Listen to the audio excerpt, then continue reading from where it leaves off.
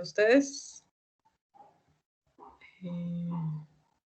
¿A ustedes les aparece que ya está grabando? Ah, ya, ahora sí.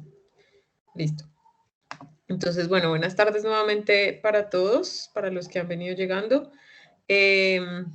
Bueno, pues pregunté si alguno tenía alguna duda. No sé si de pronto de los que han venido llegando tienen alguna pregunta, alguna inquietud respecto a lo que vimos la clase pasada, respecto a la metodología, respecto a las actividades que realicemos, o todo está claro.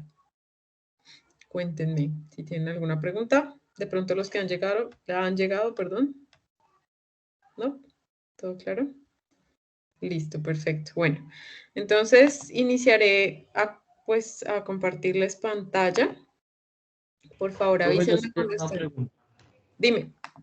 Hablando un poquito de la inmunidad innata, no me quedó muy claro cómo las sustancias químicas que se ven presentes ahí y cómo pues actúan en el organismo. Ok, entonces, dentro de la inmunidad innata, ¿cómo actúan esas sustancias? ¿Por qué son de la inmunidad innata? Sí, profe, hablando de las sustancias químicas. Ok, entonces, por ejemplo, lisocimas y las enzimas que les comenté, ¿sí? Exacto, profe, eso. Ok, entonces esas sustancias y esas enzimas, digamos que si nosotros lo pensamos en el contexto de la digestión, por ejemplo, bueno, digestión de alimentos, el proceso normal de digestión, nosotros sabemos que esas enzimas tienen una capacidad de lisis, ¿no? La mayoría de ellas entonces tienen la capacidad de lisar carbohidratos, de fragmentar lípidos, todo eso, y bueno, proteínas también, todo ese proceso.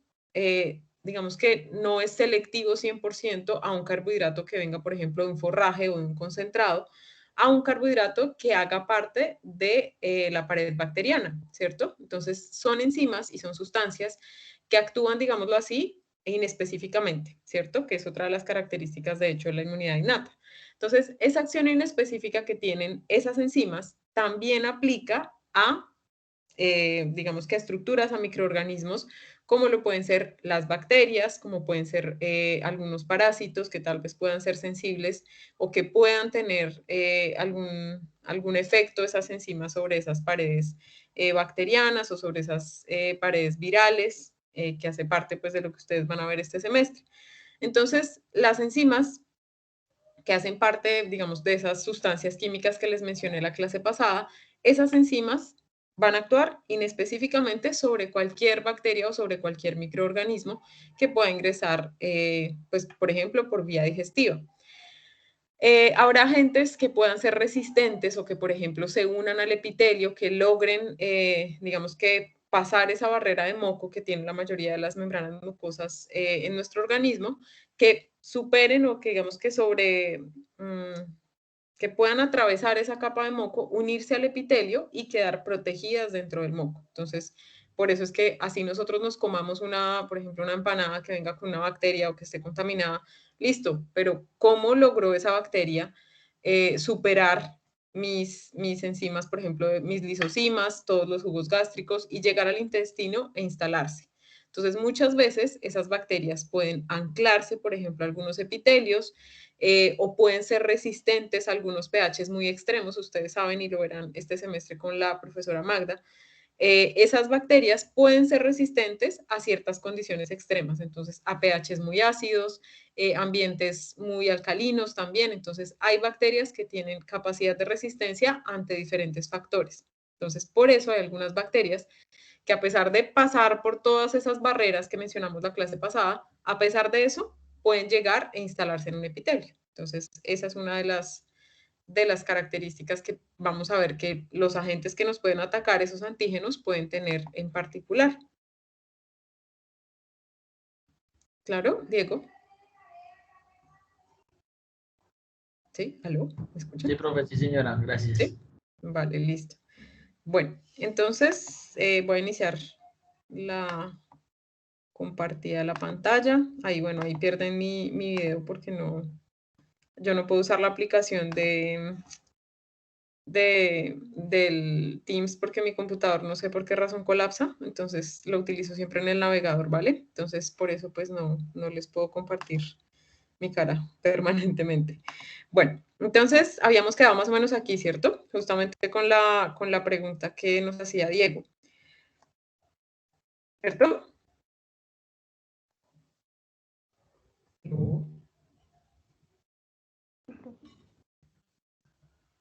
Habíamos quedado aquí, ¿cierto? Sí, profe, sí, señora. Listo, perfecto. Bueno, entonces, hablando de la inmunidad innata, para recordar así de manera rápida, entonces acuérdense que dijimos que justamente ella actúa rápidamente, que tiene una característica y ella actúa inespecíficamente. Entonces, más o menos lo que les mencionaba hace un rato con las enzimas. Ellas no actúan únicamente sobre el concentrado, sobre el forraje que come el animal, sino que también puede actuar sobre las bacterias que vengan, digamos que adheridas a ese forraje o que se encuentren en ese alimento que pueda estar contaminado. Entonces, ellas, todas esas formas de defensa innatas van a actuar inespecíficamente. Entonces, esa es otra de las características que, perdón, que mencionamos ya para terminar la clase pasada. También entonces, además de las sustancias químicas, mencionamos las células, diferentes células que son capaces de generar un reconocimiento inicial, entonces son las que digamos que pueden estar ahí monitoreando todo el organismo y cuando se presenta un antígeno, entonces ellas pueden actuar de forma inmediata.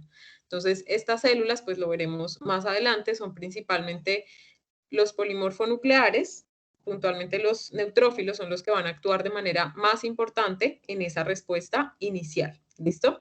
Entonces, esas son parte de las células, de las poblaciones celulares, que vamos a ver que actúan inicialmente ante la exposición de cualquier agente injuriante, cualquier antígeno, para generar un proceso de inflamación. ¿Listo? Entonces, la inflamación que nosotros vemos inicialmente, entonces vamos a verlo la próxima semana, incluye muchos de los signos clínicos que nosotros observamos o que ustedes podrán observar en sus pacientes y que incluso ustedes mismos han pasado. Entonces, la depresión, la fiebre, la anorexia, el dolor, la hinchazón. Entonces, todas esas características pues hacen parte de una respuesta inflamatoria y vamos a ver que son muchas las células que pueden hacer parte de esa respuesta inflamatoria. Entonces, vamos a ver que puede haber una respuesta inflamatoria aguda y una respuesta inflamatoria crónica y cada una pues con diferentes características que ya ustedes igual profundizarán más en patología general ya el próximo semestre. Entonces, dentro de la inmunidad innata, vamos a encontrar, bueno, que es una respuesta rápida, como les decía, que es una respuesta inespecífica, que es lo que hablamos la clase pasada, y otra característica que es muy importante es que esta respuesta inicial no se prolonga en el tiempo. Entonces, la inflamación inicial y esa respuesta, tanto celular como enzimática, es una respuesta que ocurre rápidamente. ¿Listo? Listo, ya dijimos que rápidamente. Y de igual forma, ella termina con un tiempo límite. Ella no se prolonga por meses, no se prolonga por semanas, no. Es un proceso que generalmente dura un tiempo corto, entonces alrededor de unas 24 horas más o menos, máximo 48 horas, se puede considerar un proceso agudo, hablando a nivel celular, ¿cierto? Ya a nivel clínico, pues seguramente vamos a encontrar diferentes, digamos que diferentes categorías para determinar este tipo de procesos, pero cuando hablamos de células y de sustancias liberadas, generalmente pues vamos a hablar de ese tiempo, ¿listo? Vamos a movernos entre unas 24, 48 horas de inicio del proceso inflamatorio y de activación de la inmunidad innata, ¿listo? Entonces hasta aquí fue lo que habíamos visto la clase pasada. Bueno, yo tengo una cosa y es que a veces voy muy rápido, entonces trataré pues de regular mi velocidad. Sé que a veces empiezo a acelerarme muchísimo y sobre todo si no hay participación por parte de ustedes, como que cojo toda la velocidad y se me pasa el tiempo volando. Entonces yo trato y bueno, pues ustedes saben que cuando las clases son presenciales, pues uno ve la cara de ustedes, uno tiene cierta interacción. En este momento, pues con esta situación que estamos, pues es un poco difícil ese punto de la interacción. Entonces, es aquí donde ustedes participan, donde ustedes también enriquecen la clase. Y pues de ahí que si ustedes tienen cualquier duda, por más que ustedes piensen, no, me da pena preguntar, eso es bobo, no, pregunten con confianza. Si dicen, profesora, está corriendo, interrúmpanme y me avisan, ¿listo? Por favor, porque a veces me emociono y sigo derecho. Entonces, porfa, avísenme para irle bajando a la velocidad, ¿listo? Entonces, bueno, ya hablando de otra de las clasificaciones que puede tener la respuesta inmune, entonces vamos a hablar de una inmunidad que se llama o que es llamada como inmunidad adquirida. También ustedes la pueden encontrar en fuentes bibliográficas, en diferentes artículos, como inmunidad adaptativa. Entonces, inmunidad adquirida, inmunidad adaptativa, hace referencia a lo mismo. Entonces, es una inmunidad que, como su nombre lo dice, pues es adquirida, ¿no? No viene con el individuo, sino que él la desarrolla. Esta respuesta inmune adquirida surge a partir de qué. Entonces, acuérdense que, como les mencionaba en la diapositiva anterior, la respuesta inmune innata tiene una duración, es limitada, ¿cierto? Ella dura, digamos que 24 a 48 horas, como les decía, y a partir de allí, ya esa respuesta inmune innata va a ir disminuyendo. Entonces, cuando disminuye esa respuesta inmune innata, ¿qué va a pasar? ¿O qué podría pasar si esa respuesta inmune innata no tiene un respaldo?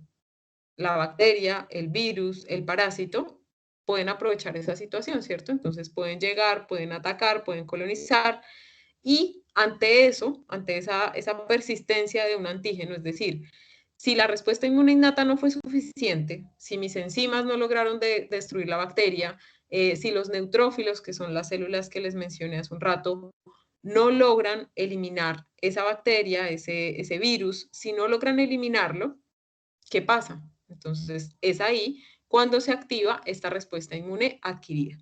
Y generalmente, y bueno, aquí hago una observación, yo les digo, es ahí cuando se activa. Entonces, no es tan textual así. Entonces, resulta que cuando inicia, bueno, aquí voy a hacer como una línea del tiempo. Entonces, digamos que esto de acá es el tiempo. ¿Listo? A medida que pasa el tiempo. Resulta que por aquí llegó la bacteria. Bueno, en realidad es un poquito más cerca de esto. Entonces, llegó la bacteria, la respuesta inmune innata actúa rápidamente y empieza a disminuir. Entonces acá se mantiene esas 24, 48 horas que les dije y empieza a ir disminuyendo. Entre todas estas células que se activan en este punto que digamos que es el punto cero, listo, yo les dije, se activan los neutrófilos, que son los que van a actuar más rápidamente, pero también esos neutrófilos no solo van a actuar linealmente, ellos empiezan, bueno, llegó el enemigo, entonces nos quedamos aquí y solo atacamos nosotros. No, ellos van preparando todo un ejército, por decirlo así, para que pueda atacar después a esas bacterias y pues al antígeno del cual se esté hablando, que pueda sobrevivir a la respuesta inmune innata. ¿Listo?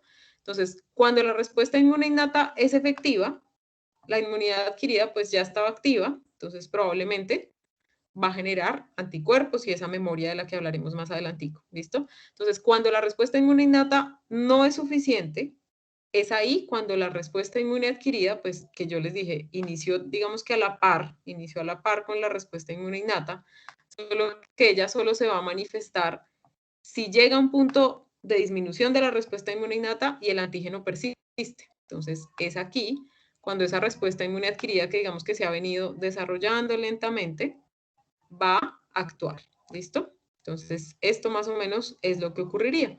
La respuesta inmune innata va disminuyendo. Ahorita más adelante volvemos a reforzar esto que les estoy aquí garabateando para que lo entiendan un poquito mejor. ¿Listo? Entonces, aquí la respuesta inmune adquirida pues va a tomar más fuerza y esta respuesta inmune adquirida es la que esperamos sea lo suficientemente capaz para destruir esos antígenos. ¿Listo? Entonces, esa es la respuesta inmune adquirida. Esta respuesta inmune es fundamental y ha sido fundamental pues a lo largo de los años para la supervivencia de muchas de nuestras especies, de muchos de nosotros, de muchas de las especies que nosotros conocemos y con las que ustedes irán a trabajar más adelante. ¿Por qué?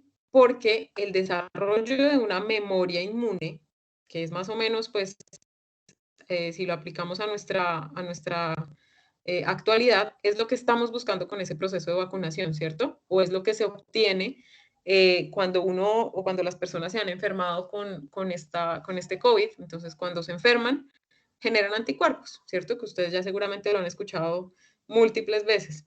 Y lo que ocurre, por ejemplo, cuando, bueno, no sé si ustedes han escuchado como, no, si a uno le dio varicela ya no le vuelve a dar, ¿cierto? Si a uno le dio, no sé, digamos que influenza este año, pues ya difícilmente le va a volver a dar influenza. Entonces, cuando hay una memoria inmune, significa que ese individuo ya es resistente o que genera cierto grado de resistencia a ese antígeno, a ese virus, a esa bacteria, ¿cierto? Profe, Entonces, señor. y hablando pues en ese caso, porque cuando digamos uno pues aplica la vacuna contra el COVID, también uno genera como algunos síntomas parecidos, como si uno tuviera pues COVID. Ujú. Bueno, esa es una muy buena pregunta, interesante y chéverísima, porque justamente lo que hacemos con la vacuna, que es algo que veremos un poco más adelante en el semestre, lo que hacemos con la vacuna es como presentar al antígeno, ¿cierto? Entonces, digamos, aquí tengo al virus, este es otro virus X, entonces digamos que acá lo tengo. Él tiene, bueno, proteínas de superficie, tiene diferentes composiciones y glucoproteínas en su superficie, etcétera. Y lo que hacen las vacunas, bueno, ustedes ya saben que hay diferentes tipos de vacunas, de pronto algunos que ya por curiosidad hayan leído acerca de todas las vacunas que se han desarrollado, al menos para esta enfermedad puntual que nos está afectando actualmente. Entonces, cuando yo hago una vacuna, por ejemplo, entonces no voy a hablar específicamente del coronavirus, voy a hablar en general de cualquier otro virus. Tomo una proteína de superficie, entonces digamos que tomo todas estas rayitas que están acá, ¿cierto? Entonces, ¿qué van a tener esas proteínas de superficie? ¿Son propias o son ajenas para el individuo? Son ajenas, ¿cierto? Son ajenas. No son reconocidas como propias. Cuando algo es reconocido como ajeno, acuérdense que lo mencionábamos la clase pasada, el sistema inmune tiene que diferenciar qué es propio y qué es ajeno. Cuando algo es ajeno, ¿qué se activa? Se activan las La respuestas respuesta celulares, ¿cierto? Entonces ya dijimos células, dijimos enzimas, dijimos, bueno, toda la inmunidad innata se va a activar. Entonces, si yo al aplicarme la vacuna, entonces, bueno, la vacuna, no sé, cualquiera de las vacunas que hay disponibles, me aplico una vacuna, ¿qué estoy haciéndole a mi sistema inmune? Yo estoy atacando, entre presentándole la comillas, célula, no célula, porque hablamos de un el virus, ¿no? virus, perdón. Le estoy presentando una parte del antígeno con una vacuna, no el antígeno completo, es decir, yo no le estoy dando el virus entero y vivo, porque eso ya provocaría la enfermedad real, sino que le estoy dando una parte de ese antígeno. ¿Sí? Le estoy diciendo, oiga, mire, conozca esto, procéselo, mastíquelo, por decirlo así, y genere una respuesta. Entonces, si algo extraño entró a mi sistema circulatorio o a mi músculo, o bueno, entró a mi organismo, si algo extraño entró, pues lo normal es que se active la respuesta inmune innata. Y cuando se activa la respuesta inmune innata, y lo leeremos, o bueno, ustedes lo leerán, yo lo volveré a leer la próxima semana, entonces hablaremos del comportamiento de enfermedad. Entonces, cuando algo extraño llega y se activa esa respuesta inmune innata, pues, ¿qué es lo que pasa? Entonces, voy a tener fiebre o puedo tener fiebre, dependiendo de qué tan sensible sea mi sistema inmune. Voy a tener fiebre, dolor de cabeza, cansancio, puede que sea una fatiga muy leve. Hay personas que ni siquiera sienten nada. Igual que cuando vacunamos a los cachorritos o cuando vacunan niños, ellos presentan igual malestar, depresión, anorexia. Y eso todo es una respuesta y pues digamos que un reflejo asociado a la reacción del sistema inmune por conocer esa proteína de superficie. Entonces, ¿qué significa eso? ¿Qué significa que me dé fiebre, que me dé malestar, que me dé cansancio? Significa que mi sistema inmune se está empeñando en generar una respuesta contra ese antígeno. ¿Listo? Ahora, por ejemplo, ¿por qué hay reaplicación o por qué hay segunda dosis? Y ya lo veremos ahorita bien al final de esta presentación. Cuando yo hago una primera presentación del antígeno, entonces, como les dije, se activa la respuesta inmune innata. ¿Listo? Ahí produzco posiblemente, idealmente, algo de anticuerpos, que seguramente ustedes ya han leído algo de eso o han visto en algunos videos. Bueno, voy a generar algo de anticuerpos o de esas que llaman IgG o IgM, ¿cierto? Que también ustedes lo habrán escuchado. Esos son anticuerpos, que son reflejo de la inmunidad adquirida.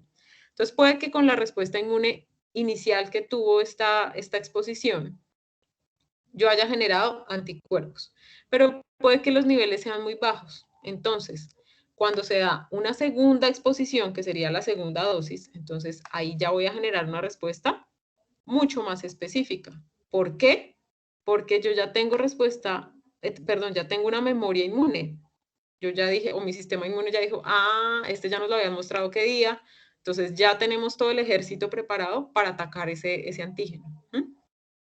Entonces, por eso se siente fiebre, por eso se siente depresión, porque nuestro sistema inmune está, digamos que, preparándose para la lucha. Ahora, esto que suena así muy por encimita, Profe, una tiene pregunta. todo... Dime.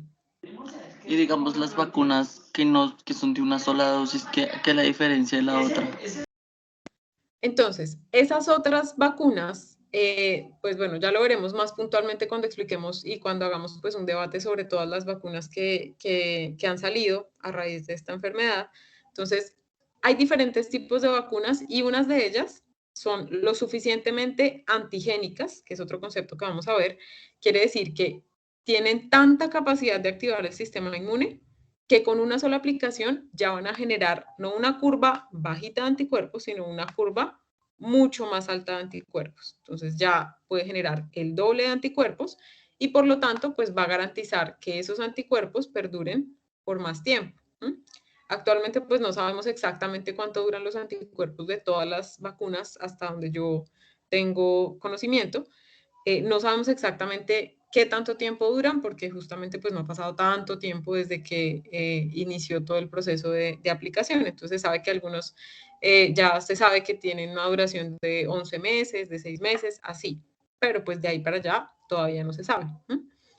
Entonces, les iba a decir algo antes de eso. Ya. Entonces, estos síntomas, perdón, de fiebre, depresión, anorexia, etcétera, están ligados al sistema nervioso central. Entonces vamos a ver que estas sustancias que se liberan a raíz de la inflamación van a actuar directamente en el cerebro y van a generar esos cambios de comportamiento, esas alteraciones en la temperatura y todo eso se va a reflejar en esa enfermedad, entre comillas, que nos da inicialmente cuando nos aplicamos la vacuna. No a todos les da, a veces es un cansancio leve, muchos, pues seguramente, bueno, si no se han vacunado ustedes, entonces sí conocen a alguien que haya pasado por este proceso. ¿Sí quedó claro las dos preguntas que me hicieron? Sí, doctora, muchas gracias. Sí, vale, bueno. Entonces, esta inmunidad adquirida, bueno, ya está todo garabateado, esta inmunidad adquirida, pues es importantísima para la supervivencia. ¿Por qué? Por lo que les decía. Entonces, cuando ya nuestro sistema inmune se acuerda que conoció a un antígeno, entonces ya dice, yo a este ya lo conocí, ya sé por dónde atacarlo, ya sé cómo atacarlo, ya tengo los anticuerpos, o entre comillas, defensas, que es el nombre, digamos, más coloquial y más popular, que son las llamadas defensas. Entonces ya tengo cómo atacarlo y esto me va a generar un ataque muy eficaz o generalmente y pues idealmente eficaz para eliminar al antígeno. ¿Listo? Entonces, eso es lo que pasa, por ejemplo, y lo que seguramente ustedes han visto, ¿no? Pues estaba vacunado, se enfermó y bueno, digamos que si no tenía comorbilidades o otras enfermedades pues que pudieran estar ahí involucradas, tuvo síntomas leves, incluso fue asintomático, solo tuvo congestión nasal. ¿Por qué? Porque al estar vacunado ya tenía un ejército de células, una gran cantidad de anticuerpos que podían atacar a ese antígeno. ¿Listo? Entonces, esa es la gran importancia de la inmunidad adquirida y es que tiene memoria. ¿Listo? El sistema inmune puede desarrollar memoria. Y bueno, lo que les decía, ante una segunda exposición, la respuesta inmune será más efectiva. Entonces, siempre cuando hay, por ejemplo, una segunda infección ante un parásito, ante una bacteria, ante un virus, si y sobre todo, por ejemplo, con algunos virus que no muten, entonces cuando hay virus, por ejemplo, el virus de la influenza es un virus que muta constantemente, que es el virus ese que causa las gripas, entonces ese virus, como sabemos, muta de manera constante. De ahí que las poblaciones como los niños o como los adultos mayores deban realizarse vacunación cada año, ¿cierto? Porque este virus muta bastante y eso hace pues que la inmunidad que se adquirió contra una variante de este virus no sea lo suficientemente eficaz y de ahí se sugiere, pues es digamos que lo indicado para personas considerados como adultos mayores y también niños, que son poblaciones pues más vulnerables en cuanto a su respuesta inmune. Entonces, la vacunación va a garantizar que ante una segunda exposición la respuesta inmune sea más efectiva. Y ojo, vacunación o exposición natural, ¿listo? Exposición a la gente naturalmente. ¿Claros hasta aquí? ¿Alguna pregunta? Dime. Yo tengo una duda. Listo, espérenme, paso para allá porque son varios. Señora y señor, ¿pueden levantar la mano, por favor? Con eso yo los veo. ¿Aló? Listo, entonces vamos con Julie, después Andrés y después Kevin. Profe, es que yo tengo una duda, o sea, digamos, ¿qué pasaría cuando, digamos, la persona tiene el COVID y se vacuna? O sea, ¿por qué recomiendan que debe esperar, creo que son 3 meses para ponerse la vacuna? Ay, ¿qué sucede? Listo, entonces ya respondo tu pregunta. Perdón, me vuelvo por aquí. Entonces, cuando la persona está enferma, bueno, hay dos opciones, ¿no? Que la persona esté enferma o que ya se haya recuperado. Entonces, digamos, cuando la persona está enferma, ya está generando una respuesta inflamatoria, ¿cierto? Ya debe estar decaído, con depresión, con fiebre, etc. Si yo le pongo otro antígeno o una carga de antígeno extra a la que ya tiene, ¿qué le estoy haciendo a mi sistema inmune? ¿Qué le estoy haciendo al cuerpo? La sobrecarga lo inmunosuprime, creo que se llama, no sé cómo se dice. No, no lo inmunosuprime, pero lo sobrecarga. Entonces, digamos, si yo acá mi sistema inmune está concentrado en la enfermedad real, ¿cierto? Está todo, digamos que 100% mi sistema inmune está luchando contra el virus real. Y resulta que, ay no, pues vacunémonos. Ya que está aquí, pues yo estoy medio maluco, pero no es tan grave. Entonces, vacunémonos. ¿Qué pasa? Yo, toda esa 100% de atención que estaba para el virus real, lo voy a dividir, entre comillas, con otro antígeno extra. Entonces, ya la atención que va a recibir el virus real no va a ser tan fuerte. Voy a, por decirlo así, entre comillas, todo muy coloquial, desviar la atención de mi sistema inmune, le voy a agregar una carga extra y puedo empeorar el cuadro. Entonces, eso en el caso que la persona o el individuo se encuentre enfermo. Igual aplica para pequeños animales, por ejemplo, que es, digamos que gran parte de la aplicación de vacunas que se vive día a día con mascotas, bueno, ya en práctica clínica. Lo ideal sería que un animal, al estar vacunado o al iniciar su esquema de vacunación, esté monitoreado y esté sano, ¿cierto? Esté 100% sano, que nuestro paciente no esté enfermo. ¿Por qué? Justamente por esto. Entonces, de ahí que muchos clínicos prefieran hacer un cuadro hemático para evaluar las células de la línea de defensa y saber si hay un proceso inflamatorio activo. Entonces, lo ideal es no vacunar al individuo cuando tiene un proceso de enfermedad activo porque estoy generando una carga extra para ese sistema inmune. Estoy distrayéndole la atención, digamos que de la enfermedad real, ¿sí?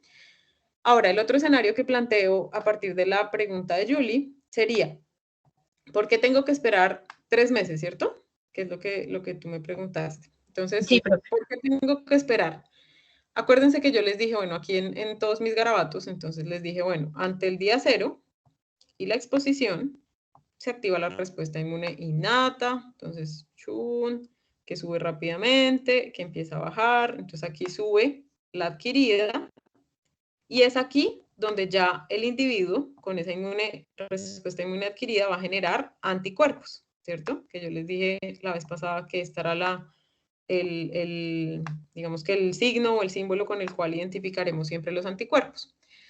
Entonces, esos anticuerpos, pues varios estudios han demostrado que tienen una duración aproximada, bueno, dependiendo del individuo, de 3 a 6 meses. Algunos reportan que ha durado 11 meses o un año. Entonces, dependiendo del estado inmune de la persona y del animal, los anticuerpos pueden durar más o menos tiempo. El promedio de un nivel alto de anticuerpos es, en este caso, los 3 meses, ¿cierto? Entonces, ¿qué pasa? Y es más o menos lo que pasa con el calostro, que ya les hablo un poquito del ejemplo, no quiero que se me enreden tanto, pero pues para esta pregunta es importante mencionarlo. Entonces, si yo le pongo acá, digamos que mi individuo, o bueno, yo me enfermé, ya pasaron, voy en el mes y medio, digámoslo así, o en el mes post infección, ya estoy recuperada, tengo niveles de anticuerpos, ¿cierto? Si yo me expongo a la vacuna en este mes y medio, ¿cierto? Digamos que los 3 meses serían por aquí, cuando ya empiezan a bajar mis anticuerpos. Entonces, si yo me expongo al mes post-infección y me inoculo un pedacito del virus, entonces, por ejemplo, una proteína de superficie del virus o, bueno, un fragmento del virus, pues resulta que mis anticuerpos ya lo conocen, ¿cierto? Entonces, lo que va a ocurrir en ese caso es que mis anticuerpos, que están circulantes, porque los anticuerpos pueden ir por el torrente sanguíneo, las membranas mucosas, van a neutralizar ese pedacito del virus, ¿listo? Lo van a capturar, por decirlo así. ¿Y qué pasa si mis anticuerpos actúan? Pues ahí ya no voy a tener activación de las células, no voy a, digamos que a hacer que las células se alerten o digan, juepucha, tenemos que hacer algo, mejor dicho, entrene células para que produzcan anticuerpos, ¿cierto? Entonces, eso no va a pasar. Lo que se busca en estos casos, cuando la persona ya está vacunada, es que los anticuerpos estén disminuyendo, y cuando se hace la vacunación, pues esa curva de anticuerpos ya no sea tan baja, obviamente, y ya va a subir muchísimo más. Entonces, ante una tercera exposición, digamos que, bueno, ante una segunda, perdón, la enfermedad natural produce anticuerpos más altos que la vacunación, porque activa mucho más al sistema inmune. Entonces, ante una segunda exposición, los anticuerpos de esa persona ya no van a llegar solo hasta acá, sino que esperando los 3 meses ya mis anticuerpos van a subir mucho más, ¿cierto? Ahora, si tengo una, bueno, dependiendo de la vacuna, igual puedo llegar a tener muchos más anticuerpos dependiendo del estado de mi sistema inmune. Entonces, de manera concreta, el por qué debo esperar es porque si yo no espero, voy a tener muchos anticuerpos en sangre, voy a tener muchos anticuerpos, y esos anticuerpos lo que hacen es, bueno, digamos que aquí, este es el anticuerpo, lo que él va a hacer es capturar o neutralizar esa proteína viral o ese fragmento del antígeno. Y si es capturado, pues ya no voy a activar el sistema inmune. Ya no lo voy a activar igual, no voy a inducir procesamiento, no voy a inducir toda la respuesta y la cascada inflamatoria que haría en un individuo con bajos anticuerpos. Entonces, por eso es que voy a esperar. Porque si yo lo hago, si yo me vacuno en este punto, prácticamente estoy botando la vacuna. Y es más o menos lo que pasa con el consumo de calostro. ¿Cuánto tiempo ustedes, o bueno, de pronto los que saben, o si alguna vez han escuchado, a qué tiempo un cachorro inicia su proceso de vacunación? Un cachorro, un ternero. A los 2 meses, profe. Aproximadamente 2 meses, ¿no? Hay profesionales que consideran 45 días, ¿sí? Dependiendo pues del esquema de vacunación. En general es eso, aproximadamente de 45 a 60 días inicia el proceso de vacunación. ¿Por qué? Y sobre todo, importantísimo tener en cuenta si el animal consumió calostro o no. Si el animal consumió calostro, ¿qué pasa cuando consume calostro? Que era lo que hablábamos al final de la clase pasada. Cuando el animal consume calostro, consume anticuerpos, literalmente. Consume inmunoglobulinas o anticuerpos, que dijimos que era un sinónimo. Entonces, si consume anticuerpos, listo, tiene acá sus anticuerpos maternos que van a ir disminuyendo alrededor de los 2 meses o 45 días, y yo le aplico la vacuna por aquí. ¿Ustedes creen que las células se van a activar para hacer un ejército o dicen, ah, no, tranquilos porque acá tenemos anticuerpos?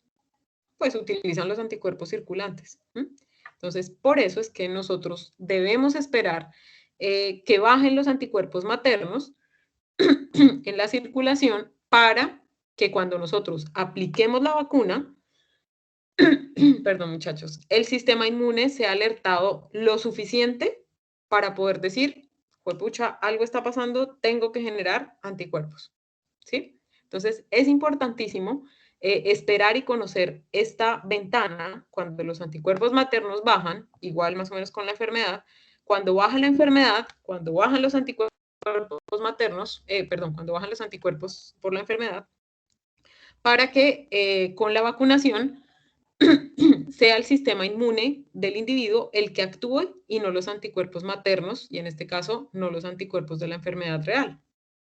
¿Está claro? Si no está claro, pregunten con confianza. Sí, profe, sí está claro. ¿Sí? Listo. Bueno, entonces, pregunta de Julie, resuelta. Ahora, Andrés Felipe. Profe, pues yo tengo la pregunta, digamos, a la gente, es que conozco gente que, digamos, se le fue el olfato y el gusto con el COVID, ¿sí? Y a esa gente, digamos, le duró, no sé, 2 días. Y hay otros que, digamos, le han durado 2 meses y todavía siguen sin olfato y sin gusto. Ahí, ¿qué es lo que sucede? Bueno, esa parte, bueno, hasta donde tengo conocimiento, no está asociado puntualmente al sistema inmune, está asociado a la acción como tal del virus. Entonces, en algunos casos que leí, bueno, eso sí lo leí ya hace tiempo, hace como un año, tal vez un poquito menos digo, lo que hace el virus en muchas personas, o lo que yo leí en un estudio, la verdad creo que ni lo guardé, lo leí en esa época en que todo era coronavirus así intensamente. Entonces, lo que hacía el virus era que causaba daño, lo que describían en ese artículo, era que causaba daño a nivel del bulbo olfatorio. El bulbo olfatorio, entonces recuerden que queda en la parte frontal, ¿cierto? Como ventral y rostral, como hacia la parte más craneal. Es allí entonces donde se encuentra como esas neuronas, esas terminaciones neuronales que vienen del epitelio olfativo, que se encuentra en la parte más externa de la cavidad nasal, y se dirigen esas terminaciones nerviosas hacia el bulbo olfatorio. Allí se procesan gran parte de esas moléculas que generan lo que conocemos como olor. Resulta que este virus, según lo que leí en ese documento, generaba daño a nivel del bulbo olfatorio. También muchas personas que presentaban, por ejemplo, pérdida después de estar con respiración asistida, presentaban pérdida del reflejo de respiración, o sea, de tener la inhalación y la exhalación normal, se debía muchas veces, y era una función que no se recuperaba, se debía muchas veces al daño a nivel del bulbo olfatorio. Entonces, es posible que el virus en esas personas, ustedes saben que este virus pues genera respuestas muy diferentes en los individuos, haya generado una lesión a nivel del bulbo olfatorio y que esto altere, obviamente, y pues esperando hasta que se recupere o que se restablezca parcial o totalmente la función del bulbo olfatorio, la persona o el individuo recuperaría esa capacidad de percibir olores, pero pues no tiene que ver puntualmente con la respuesta inmune. ¿Listo, Andrés? Ah, listo, profe, gracias. ¿Listo? Vale. Y ahora, Kevin. Profe, porque digamos en algunos casos, también pues hablando del COVID, digamos una persona le dio COVID y se recuperó y digamos que a los 2 meses otra vez le volvió a dar COVID. Ujú. Bueno, ¿qué puede pasar ahí? ¿Qué teoría, a partir de lo que ya hablamos, ustedes creen que pudo haber pasado? De pronto como una o algún tipo de mutación por parte del virus. Esa es una hipótesis, entonces puede que sea una variante del virus, una mutación que presentó el virus, y ahí pues ya el reconocimiento del sistema inmune no va a ser tan efectivo porque el virus cambió. Entonces, esa es una opción, bien, ¿y qué más pudo haber pasado? ¿Todas las personas tienen el sistema inmune igual de competente? ¿No es cierto? Hay personas No, que tienen profe. un sistema inmune más fuerte que otras, otras tienen un sistema inmune más hiperreactivo o que generen, por ejemplo, alergias más fácilmente, entre otros. Entonces, cada individuo puede generar niveles diferentes de anticuerpos. Si una persona, por ejemplo, no desarrolló los suficientes anticuerpos, es posible que quede susceptible a volverse a enfermar. Entonces, esa es otra de las opciones, que no haya producido suficientes anticuerpos, que el virus haya variado y que eso pues haga que la respuesta inmune no sea, digamos que totalmente eficaz contra ese virus. Esa es otra opción. ¿Listo? Listo, profe, gracias. Vale. Profe, yo tengo una pregunta. Señora. Cuando tú dices que no hubo consumo de calostro y le recomiendan a uno la leche que viene en polvo, ¿eso suplementaría eso o...? Pues digamos que la ventaja que puede tener y bueno, generalmente cuando hablan de leche en polvo, pues suple mucho, digamos que la necesidad calórica, en algunas especies los requerimientos de calcio, de grasas, de proteínas, etcétera. Cuando ya hablamos de otras preparaciones que ya son lactorreemplazadores, esos lactorreemplazadores que existen para potros, para bovinos, para caninos, esos lactorreemplazadores ya contienen inmunoglobulinas, o sea, ellos ya vienen con inmunoglobulinas que cumplirían, entre comillas, pues la función del calostro materno. Pero pues digamos que hasta cierto punto lo que hace esa leche en polvo o esos preparados que buscan pues dar suplementación de proteína es con el fin de que el animal pueda fabricar sus propios anticuerpos. Entonces, cubrir los requerimientos nutricionales para que teniendo la proteína disponible, o sea, si él come bien, va a tener suficiente proteína para fabricar sus propios anticuerpos.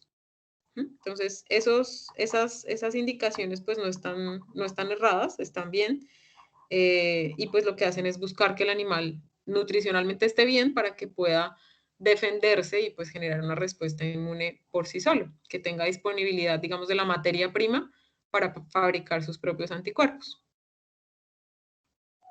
Ah, ok, profe, vale. ¿Y cómo tú recomiendas que, o bueno, por lo general, recomiendan que sea de los 45 a 60 días la vacunación?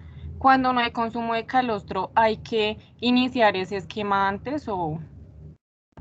Sí, entonces, cuando no hay consumo de calostro, generalmente, bueno, lo que se indica o lo ideal sería que el médico veterinario realizara un monitoreo de la salud, obviamente un examen clínico completo, determinar, por ejemplo, si el animal tiene fiebre, si está comiendo bien, si está desparasitado, verificar su cuadro hemático, entonces saber, porque ustedes saben que el cuadro hemático, pues así en general, yo sé que no han visto patología clínica, el cuadro hemático nos permite ver, por ejemplo, si hay aumento de la celularidad, ¿cierto? Entonces, si hay aumento de la celularidad, vamos a sospechar que algo está induciendo una activación del sistema inmune. Es decir, que el animal puede tener un proceso o en desarrollo o activo de enfermedad. Entonces, lo ideal sería hacer ese procedimiento, eso que les dije, examen, cuadro hemático, desparasitación, para verificar que el animal esté sano. Generalmente cuando el animal no consumió calostro, pues digamos que es más susceptible a enfermarse, entonces muchas veces ya el animal está enfermo, otras veces está sano y en esos animales pues obviamente va a criterio de cada clínico, pero generalmente lo que hace el clínico es realizar un proceso de vacunación antes, digamos que de la población en general, que es la población que consume calostro. Entonces, en esos animales se puede iniciar un esquema de vacunación antes de lo que se hace en animales que consumen calostro, porque justamente ellos no van a tener esos anticuerpos maternos. Entonces, esos animales pueden iniciar un proceso de generación de esa memoria inmune por sí solos, sin la ayuda materna. Ah, bueno, vale, profe. ¿Listo? Vale. Bueno. Entonces, dentro de las características de la inmunidad adquirida, pues vamos a tener que es una respuesta, como dijimos, un poco más demorada que la innata. Entonces, para iniciar digamos, para empezar a ser eficaz o para empezar a actuar, ella se va a demorar un poquito más. Puede que ya empiece a actuar, pero acuérdense que les dije, entonces ella empieza de bajos niveles mientras está actuando la inmunidad innata y después es cuando esta se agota, entonces esta memoria inmune o esta inmunidad adquirida empieza a brillar, por decirlo así. Entonces ella se demora un poquito más en actuar, pero ella es mucho más específica, ¿listo? Específica, acá me faltó la tilde. Es mucho más específica. Entonces esto hace que ella sea muy eficaz, muy eficiente, destruyendo al antígeno. Obviamente, ¿de qué va a depender? Pues bueno, el tipo de antígeno va a depender de qué tan inmunocompetente es el animal para que podamos pues considerar como un triunfo, por decirlo así, del sistema inmune. Otra de las características de la inmunidad adquirida es que esta sí se prolonga en el tiempo. Acuérdense que con la respuesta inmune innata dijimos que era corta, que bueno, actuaba rápido, sí, pero pues que era de corta duración. mientras que esta respuesta inmune adquirida sí se puede prolongar en el tiempo, ¿listo? Que es lo que buscamos, por ejemplo, con los procesos de vacunación, es que nuestros anticuerpos, que nuestra memoria inmune dure por muchos años. Entonces, por ejemplo, con la vacuna de la fiebre amarilla, antes esa aplicación de la vacuna de la fiebre amarilla tenía que realizarse, esa reaplicación tenía que realizarse a los 10 años, estaba indicada a los 10 años. Después, con estudios, se determinó que los anticuerpos duraban muchísimos años. Entonces, a partir de eso, la vacuna quedó una vez en la vida, ¿listo? Entonces, si ya nos vacunamos contra la fiebre amarilla, no tenemos que revacunarnos porque nuestra inmunidad adquirida va a ser capaz de atacar ese virus hasta pues el final de nuestra vida, ¿listo? Por muchos años. Entonces, la respuesta inmune adquirida pues puede durar muchos años, incluso pues ya toda la vida del individuo, ¿listo? ¿Claros hasta aquí?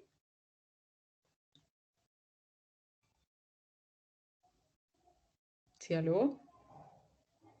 Sí, profe, todo claro. Profe. Ok. Entonces, diferencias. La inmunidad innata es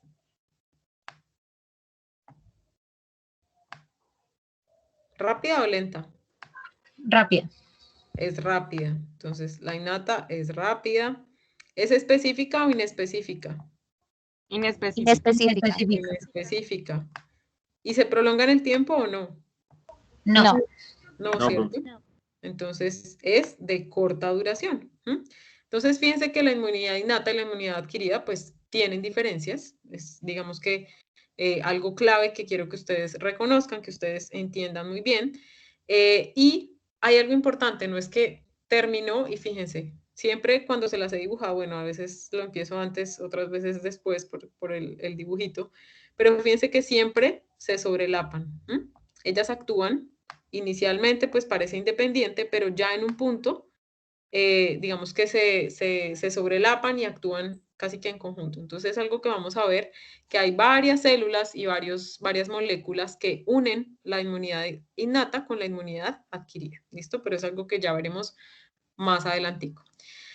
En la inmunidad adquirida, entonces ya les he venido hablando de los llamados anticuerpos o también conocidos como inmunoglobulinas. Entonces, este tema pues será un capítulo que veremos a lo largo del semestre, el de anticuerpos, linfocitos B, inmunoglobulinas. La diferencia, y bueno, para que ustedes lo vayan ya interiorizando, es que los anticuerpos son los que se encuentran circulantes en el torrente sanguíneo, en membranas mucosas, incluso en saliva, en moco.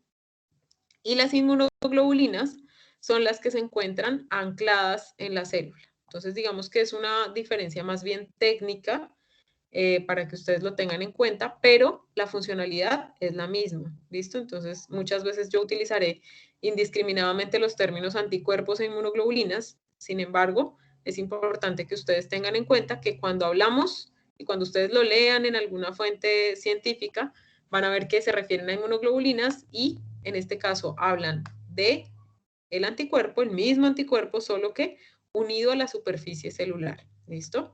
Y cuando hablamos de anticuerpo solito, es el que se encuentra en circulación, el que se encuentra en membranas mucosas y libre. ¿Listo?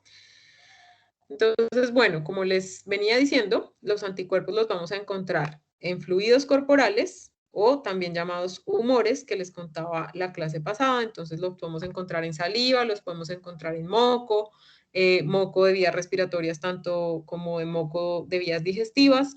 También los podemos encontrar en lágrimas, por ejemplo, que hace parte de nuestras mucosas. También, digamos que, bueno, en el sudor no tanto, pero se pueden encontrar.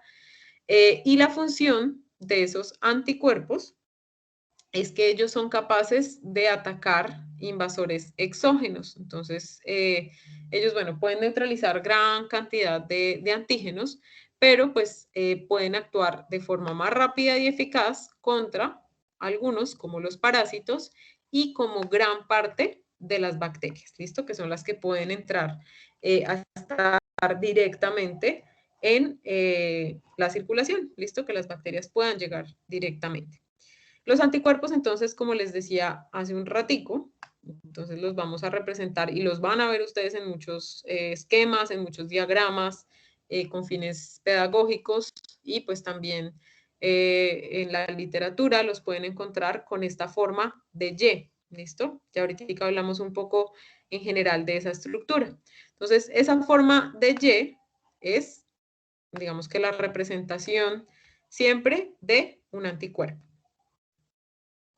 Entonces, un anticuerpo, ¿qué es? Es una molécula formada, bueno, por proteínas, también por carbono, y es producida por los linfocitos B. ¿Listo? Los anticuerpos son esas moléculas que son producidas por los linfocitos B. Principalmente son producidos ante una exposición inicial. ¿Listo? O, bueno, pues pueden ser consumidos, que es lo que ocurre, por ejemplo, con el calostro. ¿Claros hasta aquí? ¿Voy muy rápido o vamos bien? Bien, profe. Vamos bien, profe. Ok, listo. Entonces aquí, digamos que el diagrama que les mencionaba hace un rato, como que ustedes pueden ver esta estructura en muchas fuentes bibliográficas, en libros, en artículos, porque esta es la representación, digamos que estándar de un anticuerpo. Entonces, pues aquí se los voy a mencionar un poco, digamos, a grandes rasgos, más para que ustedes entiendan y vayan familiarizándose con esta estructura. Entonces, acuérdense que les dije que los anticuerpos, entonces, son los que están circulantes, ¿cierto? Entonces, así se pueden ver circulantes. Hay diferentes tipos de anticuerpos, que ya es algo de lo que nos ocuparemos más adelante. Y cuando están fijos a una célula, dijimos que eran inmunoglobulinas, ¿cierto? Entonces, esta parte de acá, digamos que aquí yo dibujé la superficie celular, este intento acá de medio círculo. Entonces, esto que vemos acá, estas dos paticas negras, por decirlo así, es el sitio de anclaje o el sitio de unión a la superficie celular. ¿Listo? Acá en este caso nos hablan de un linfocito. Entonces, esto sería el sitio de unión. Ahora, de este sitio de unión, entonces se desprenden dos cadenas. Fíjense que acá sale una cadena, aquí sale otra, y a cada una de estas se une otra cadena, ¿listo? Entonces, hay dos cadenas, en este caso se clasifican y bueno, se definen como la cadena pesada. Entonces, la cadena pesada es esta. Digamos que la que forma opa, perdón que ahí me quedó medio chueco, pero si la alcanzaron a ver, dibujo con otro color que acá no se ve bien. Entonces, la cadena pesada es esta que estoy dibujando acá, la que va unida a la superficie celular, y la cadena ligera es esta que está aquí al ladito. ¿Listo? Esta sería la cadena ligera. La cadena ligera y la cadena pesada forman el sitio que se llama como sitio de unión al antígeno. Aquí les aparece ya escrito. Entonces, estos sitios, entonces, son los sitios de unión al antígeno. El antígeno, entonces, bueno, dependiendo de la estructura del anticuerpo, generalmente, pues, puede localizarse aquí o puede localizarse aquí. ¿Listo? Entonces, estos son los sitios a los que se va a unir el antígeno. Bueno, ¿qué más es importante que ustedes conozcan de aquí? Bueno, también, bueno, se dice que hay una porción constante. La porción constante, digamos que va solo hasta aquí, pero en esto pues no quiero que nos detengamos mucho por ahora porque podemos confundirnos. Y la porción variable, que es esta que acá aparece con los colores amarillo clarito y amarillo ya como más mostaza. Entonces, la porción variable varía. ¿Por qué varía? Porque un anticuerpo se genera para antígenos específicos. Entonces, habrá un anticuerpo específico para una salmonela, habrá un anticuerpo específico para una Escherichia coli, habrá un anticuerpo específico para el polen. Entonces, habrán anticuerpos específicos para diferentes antígenos. Por eso hay una porción variable. Entonces, la porción constante es la que digamos, se considera como la que no varía entre los anticuerpos, como su nombre lo dice, es constante, y la porción variable pues varía dependiendo del antígeno para el cual haya sido desarrollada. ¿Listo? Ya más adelante veremos bien en detalle toda esta parte, sin embargo, pues quería que ustedes entendieran por qué el símbolo o el garabatico con el que se representa un anticuerpo es una Y. ¿Listo? Estas cadenas, la cadena pesada y la cadena ligera, están unidas por puentes disulfuro, como les aparece aquí señalado.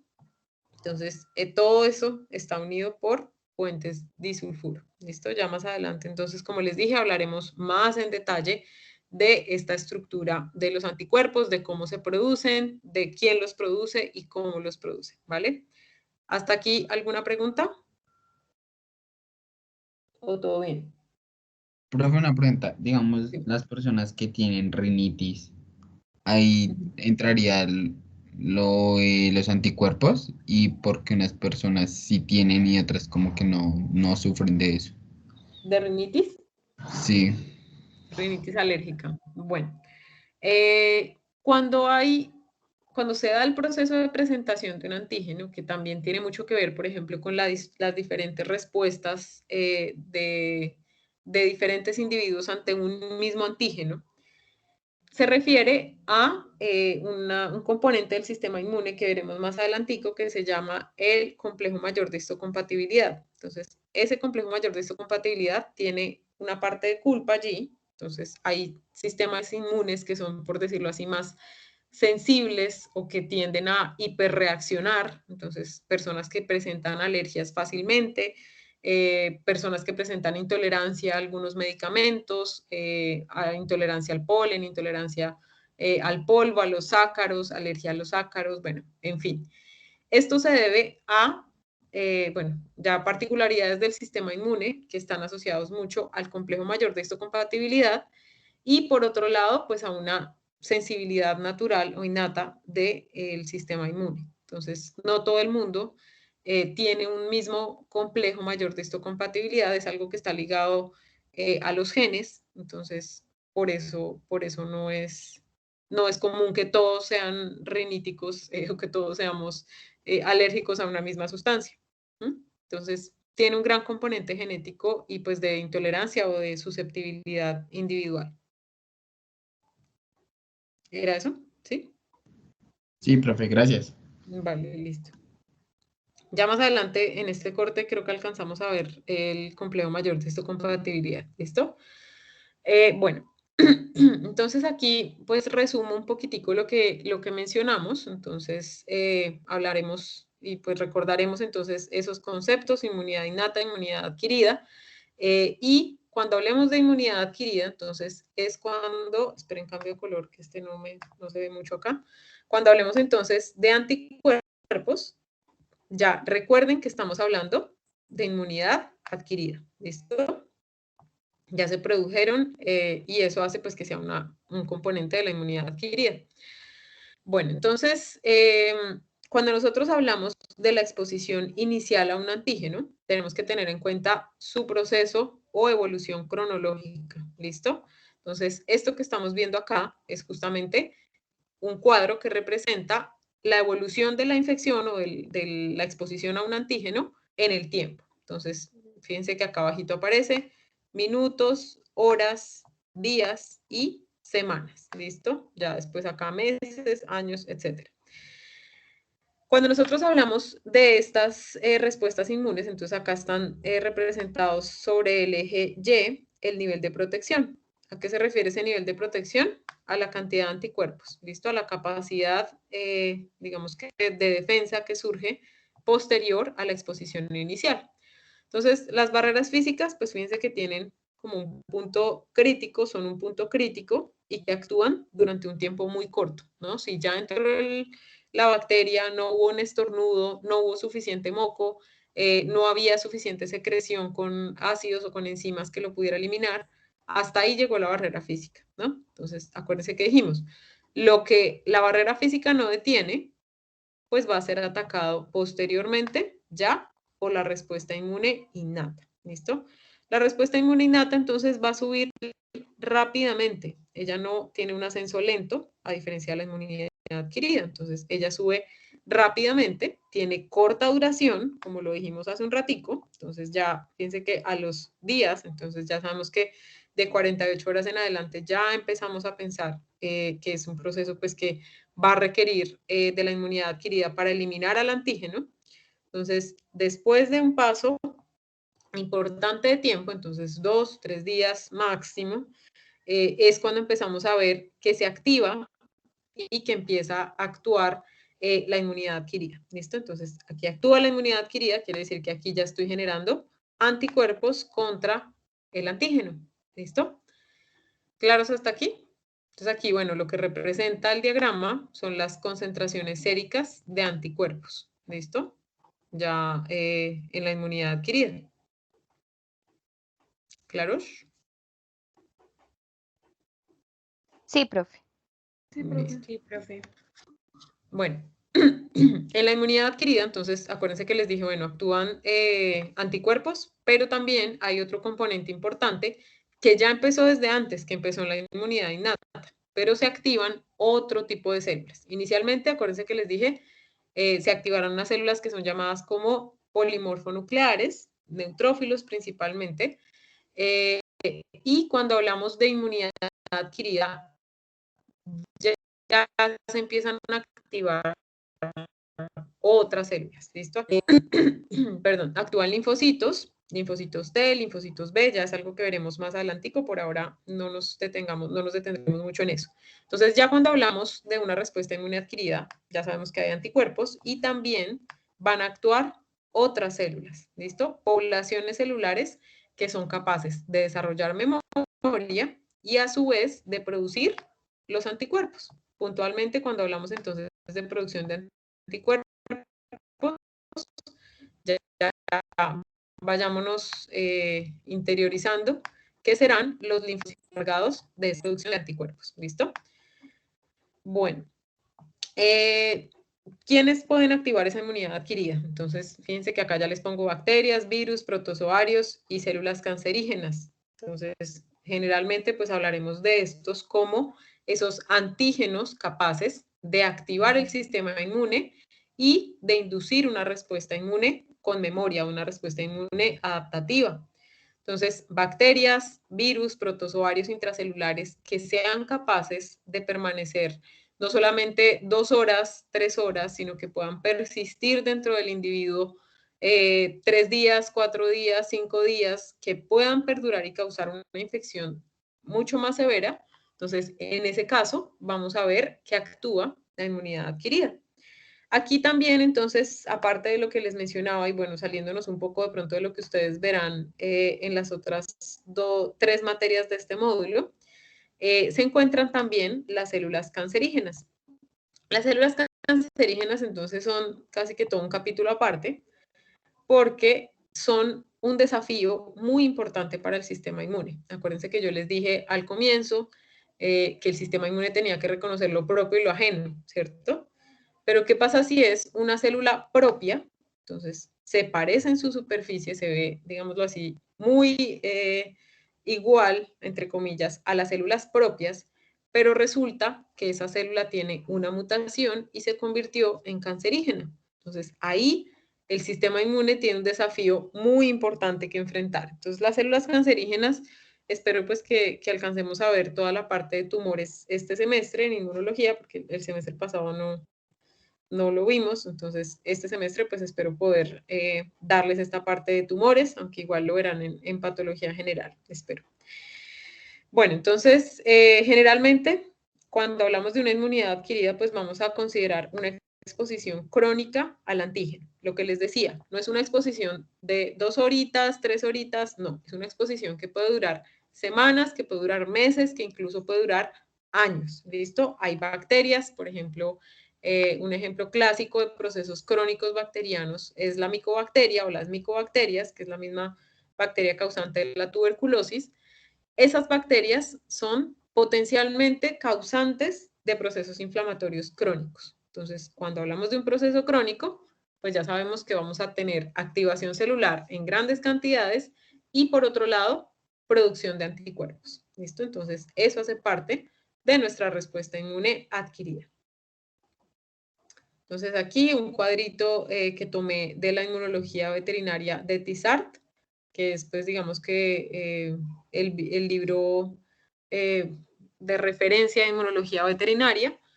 Y bueno, este cuadrito pues nos da gran parte de lo que ya hemos hablado y alguna otra información que nos puede servir. respecto a las células implicadas. Entonces, aquí, bueno, inmunidad innata, que ya sabemos que es la de corta duración, bueno, ya vamos a hablar de cada una, y la inmunidad adquirida. Entonces, aquí nos hablan de las células implicadas. Entonces, yo les hablé, bueno, puntualmente de los neutrófilos en la respuesta inmune innata o la respuesta inmune más rápida. Sin embargo, fíjense que no son las únicas células. Las que predominan son los neutrófilos, pero fíjense que actúan otras, macrófagos, células dendríticas, células NK, que son las natural killer o asesinas naturales. Y cuando hablamos de la inmunidad adquirida, entonces hablamos de linfocitos T y de linfocitos B. Ahora, ojo aquí algo que no habíamos mencionado. Fíjense que acá dice inmunidad innata, siempre activa, inmunidad adquirida, activada por antígenos. ¿A qué se refiere esto? La inmunidad innata siempre está actuando, siempre está lista, por decirlo así. Entonces, en todos los tejidos, y bueno, ustedes lo vieron en histología, me imagino, entonces habrán visto que es normal encontrar macrófagos en algunos sitios, que podemos ver células de Langerhans, por ejemplo, en la piel. Entonces, estas células pueden estar, digamos que monitoreando de manera constante el sistema inmune. Por eso aquí aparece como siempre activa. ¿Sí? No quiere decir que todo el tiempo tengamos inflamación activa. No, quiere decir que siempre está en un proceso de monitoreo. Ahora, cuando ya se activa, entonces ya es cuando detecta el antígeno, ahí empieza a verse esa acción rápida de la que hablábamos hace un rato. Bueno, entonces la historia evolutiva de la inmunidad innata, pues es que es ancestral, entonces es con la que nacimos, es con la que nacen naturalmente los individuos, mientras que la inmunidad adquirida, pues suele desarrollarse, y pues lo que les decía, es lo que ha permitido la supervivencia de muchas especies, entonces por eso pues es considerada como reciente. Muchas otras Profe, especies, dime, es que yo tengo una pregunta. dime. Digamos un ejemplo con los bebés, en el caso del COVID, ¿a ellos les afectaría o no les afectaría? Pues por lo que ellos tienen como los dos tipos de inmunidad, ¿no? Según entiendo. Ellos están en proceso de desarrollar su inmunidad propia, ¿no? Ellos van desarrollando una inmunidad adquirida. Pero, bueno, no entiendo tu pregunta. ¿Es si a ellos les afecta o no? ¿Si se enferman o no? Sí, digamos, sí, puede ser igual de grave que un adulto. Bueno, pues puntualmente hasta donde tengo entendido, generalmente pues estos individuos o estos humanos pequeños, estos bebés, pues no tienen historial de generar enfermedad severa. Ahora, ¿a qué se debe puntualmente? La verdad no tengo conocimiento puntual de estudios así, tendría que leer acerca de eso tal vez, pero pues yo que de lo que he leído acerca de este virus, pues es que él tiene un componente importante en cuanto a la presentación del antígeno y al desarrollo y a la capacidad pues de desarrollar una respuesta inmune.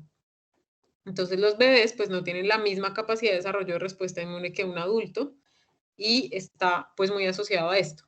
Este virus puntualmente puede generar lo que se ha llamado, lo que se ha descrito como tormenta de citoquinas o una hiperreactividad de ese sistema inmune. Y en los bebés, pues no es tan común encontrar este tipo de respuestas. Yo creo que puede estar asociado a eso. Mucho de lo que ocurre a raíz de la infección con este virus es secuela, por decirlo así, de esa hiperreacción del sistema inmune. Entonces, tendría que buscar puntualmente por qué los bebés no generan esta enfermedad al igual que otros individuos. La verdad, puntualmente no conozco un estudio, tendré que buscarlo y ahí les cuento. ¿Les parece? Sí, profe. Ya me dejaron tarea, pero la anoto porque si no se me olvida. Gracias. Vale, hoy aprendemos.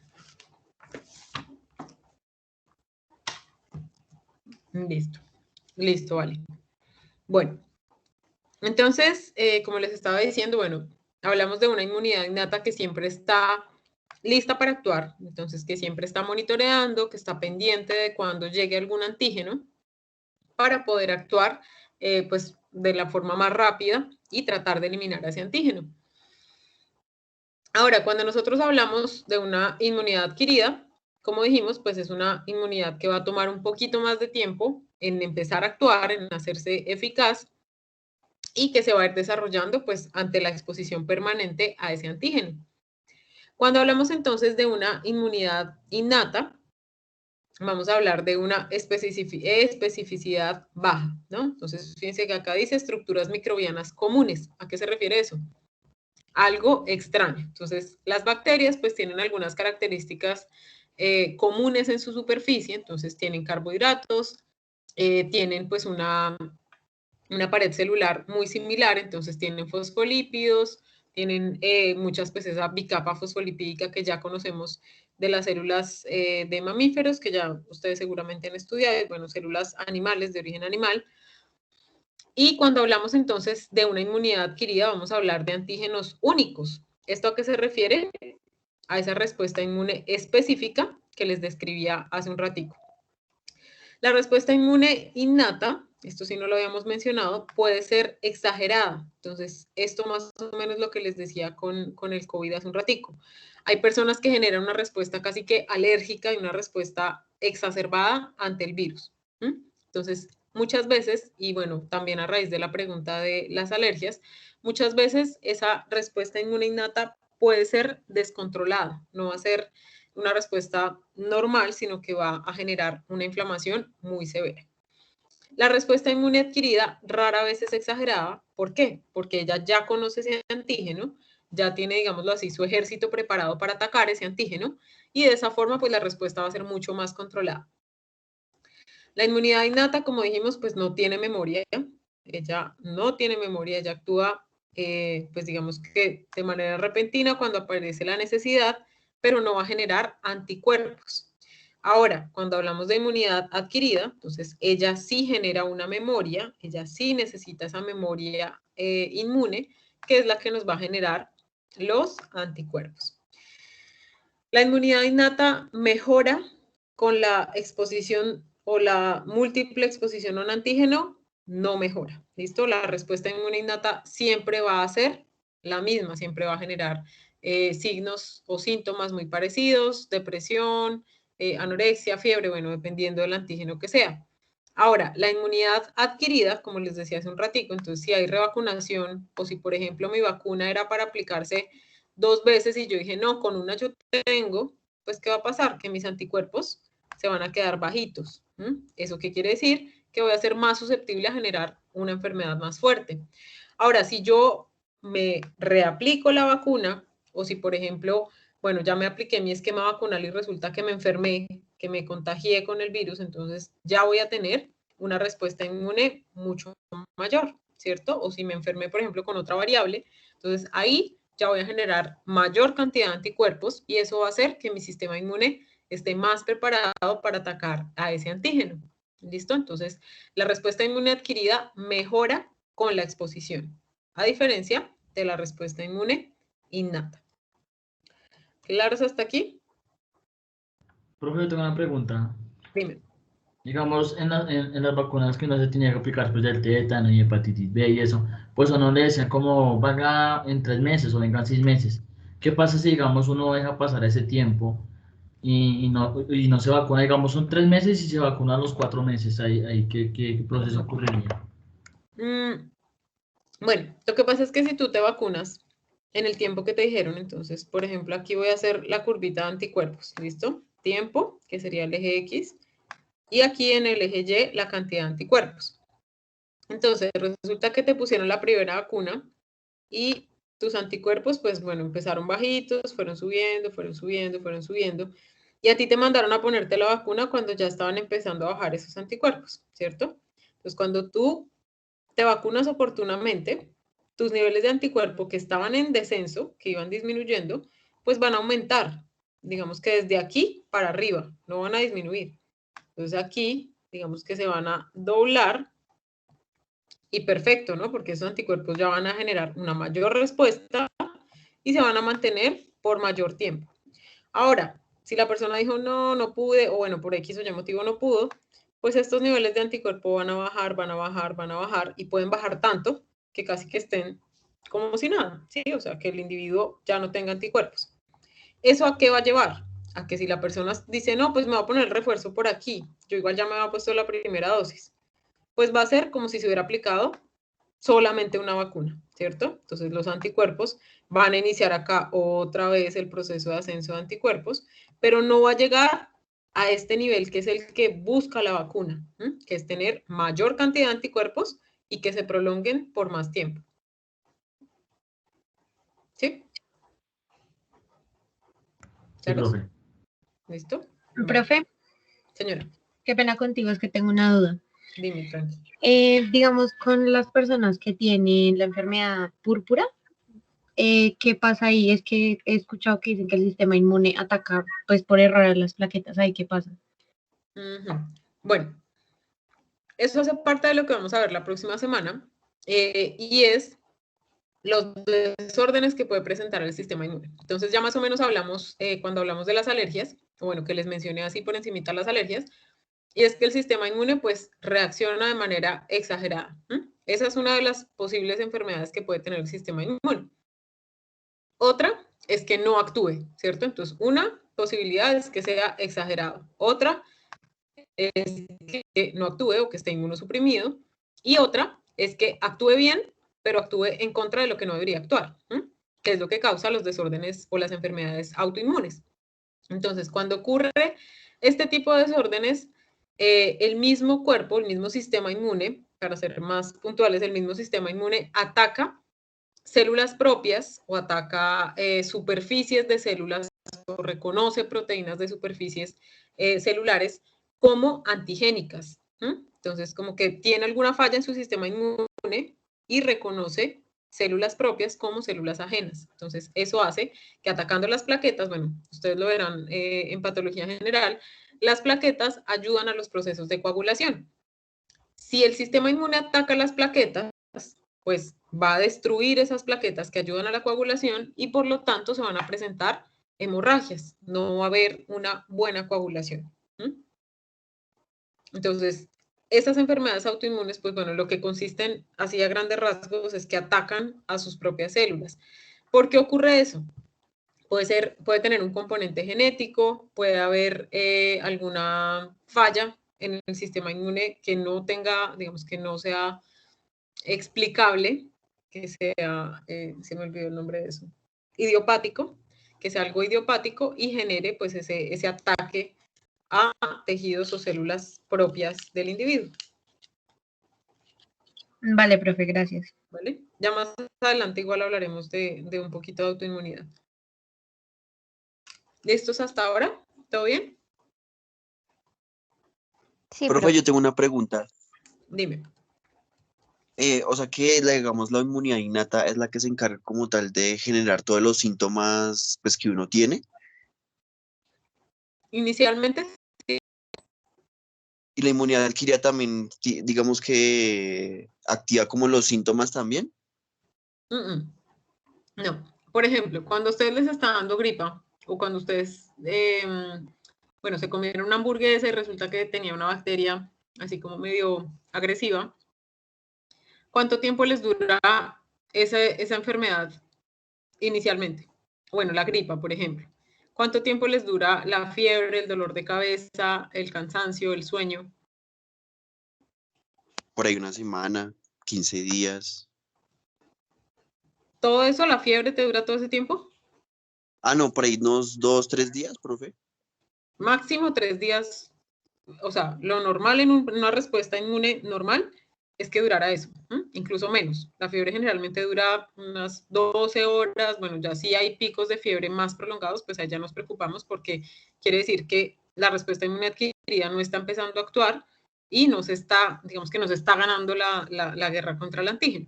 Entonces, la respuesta inmune innata actúa en las etapas iniciales, ¿sí? Es ese malestar, ese cansancio que solemos sentir.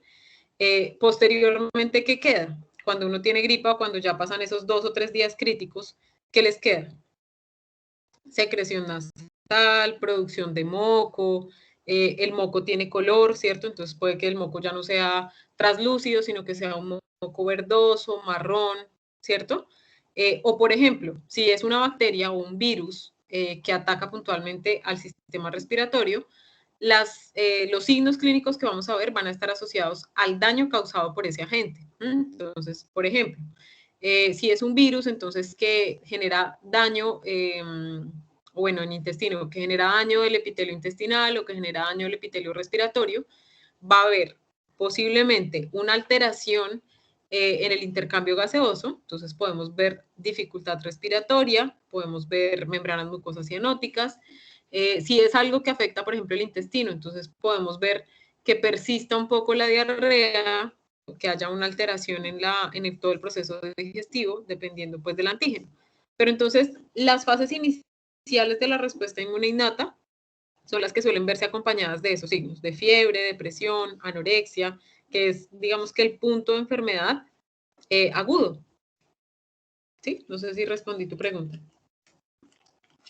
Sí, profe, muchas gracias. ¿Sí? Vale. Bueno. Permítame un momentico. No he descargado la lista. Después se me olvida. Listo. Bueno. Entonces, cuando nosotros hablamos de todos estos componentes del sistema inmune, entonces fíjense, y quiero que lo vean así. O sea, no quiero que vean siempre la inmunidad adaptativa por un lado, la inmunidad innata por otro, la inmunidad mediada por células por otro, no. Entonces, bueno, yo se los di en términos de inmunidad innata y de inmunidad adquirida, ¿cierto? Y dentro de esto, los anticuerpos, pues ya sabemos que son producto de esta respuesta inmune adaptativa, ¿cierto? Las células, dijimos que, bueno, las células, sobre todo acá hablando de células de memoria, harán parte de esa respuesta inmune adaptativa. Pero acuérdense que también hay células que actúan en el sistema innato. ¿Listo? Aquí vamos a hablar entonces puntualmente de esos neutrófilos. También hablamos de células dendríticas, de macrófagos, que ya veremos más adelante. Pero ¿por qué puse este diagrama? Porque quiero que ustedes entiendan que no es que todo solo fue innato y ya, y la adaptativa no pasó. No, entonces siempre ante una primera exposición, y si el antígeno es lo suficientemente antigénico, el sistema inmune puede generar una respuesta adaptativa. ¿Listo? Puede que el individuo se haya recuperado, pero igual haya generado anticuerpos. ¿Listo? Que no haya pasado, digamos, a enfermedad de 2 semanas, 3 semanas, sino que un periodo de enfermedad corto pueda generar anticuerpos. ¿Listo? Entonces, no entendamos la respuesta inmune como primero es una, después es otra. Bueno, sí, hay secuencia, pero están unidas. Ellas se sobrelapan entre ellas. ¿Listo? Entonces, bueno, vamos a hablar ahora, y bueno, digamos que aquí tocaremos un poquito de la parte pues, de anatomía, un poquito de la parte de histología, tal vez que ustedes ya vieron, para irnos ubicando dentro de lo que es el sistema inmune. Entonces, cuando nosotros hablamos de sistema inmune, acuérdense que por allá al comienzo yo les dije, bueno, para ustedes, ¿qué es sistema inmune? Y hablamos entonces, bueno, sistema inmune también son tejidos, ¿no? También es vaso, también es timo, también es bursa de Fabricio, también son ganglios linfáticos. Entonces, el sistema inmune, pues como ya sabemos, gran parte del sistema inmune se encuentra o que se debe pues a las células, ¿cierto? A las células que lo componen, macrófagos, linfocitos, polimorfonucleares, etc. ¿Dónde se encuentran esas células y esos tejidos? ¿Dónde se acuerdan ustedes que haya linfocitos, macrófagos, etcétera? En el timo, profe. En el timo, ¿dónde más?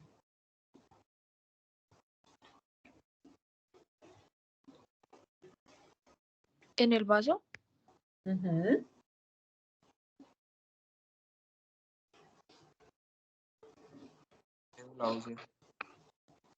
Señor. Por allá escucha a alguien lejos. Profe, en los ganglios linfáticos. Ganglios linfáticos. Uh-huh. Y por ejemplo, en el tracto digestivo, ¿hay linfocitos o hay células de defensa?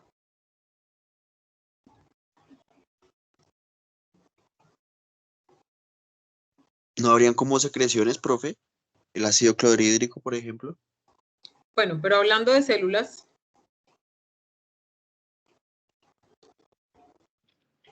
Porque ustedes me Profe, ¿no mencionaron entrarían solo órganos linfoides. las GALT? Ajá, entonces están los agregados linfoides asociados a mucosas. Entonces, de hecho, si ustedes ven aquí en este garabatico, bueno, es un humano, pero pues digamos que hay varias características compartidas con otros mamíferos. Están, bueno, los ganglios linfáticos mesentéricos que se encuentran a nivel de tracto digestivo, pero también hay otros agregados linfoides, que es ese GALT que por ahí mencionó alguien que no alcancé a leer el nombre. Entonces, ese GALT es el tejido linfoide asociado a intestino en este caso. Ya más adelante hablaremos de ese GALT, que por sus siglas en inglés, entonces es tejido linfoide asociado a intestino. ¿Listo? GUT o GUT, con G, pues causa, o bueno, hace que se llame GALT. ¿Listo? Bueno, aquí yo les puse MALT, que es tejido linfoide asociado a mucosas. ¿Listo? Ya cuando nosotros hablamos entonces de intestino, es lo que ustedes podrán leer en otras fuentes bibliográficas como GALT. También está el BALT, que es tejido linfoide asociado a bronquios o a bronquiolos. Y este tejido linfoide, fíjense que no es un órgano como tal. Entonces, hace parte de agregados linfoides. Entonces, además de los órganos, también tenemos agregados linfoides asociados a mucosas. Entonces, también podemos encontrar tejido linfoide, por ejemplo, a nivel de cavidad oral, asociados, por ejemplo, a la tonsila. También podemos encontrar los ganglios linfáticos en otras partes. Podemos encontrar las placas de Peyer, que ustedes seguramente las conocen. Podemos encontrar ese GALT asociado a bronquios, a bronquiolos, etc. Y obviamente, pues los órganos que son más famosos, que ya los conocemos, como el timo, como el vaso, como la médula ósea, que es otra de las que hacen parte importante de el desarrollo del sistema inmune. ¿Listo? Ya ahorita hablamos puntualmente de cada uno.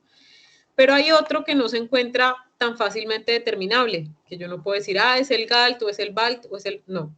Hay otro gran componente de células de defensa, que son, por ejemplo, ¿qué? Las células de Langerhans, que se encuentran en la piel, que son, por ejemplo, los linfocitos o los neutrófilos que se pueden encontrar circulantes, aunque son, por ejemplo, los neutrófilos en condiciones normales, en un individuo sano, pues están en muy bajas cantidades.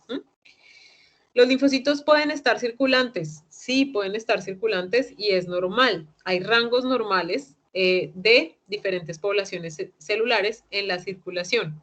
Entonces, cuando se supera ese rango, que ya está estandarizado pues a partir de estudios a lo largo del tiempo y en diferentes especies, cuando se supera ese rango normal, ya se considera que hay enfermedad. ¿Listo? Entonces, también hay tejido linfoide que se puede encontrar ahí, digamos que como vigilante o como centinela de ese organismo, de ese individuo.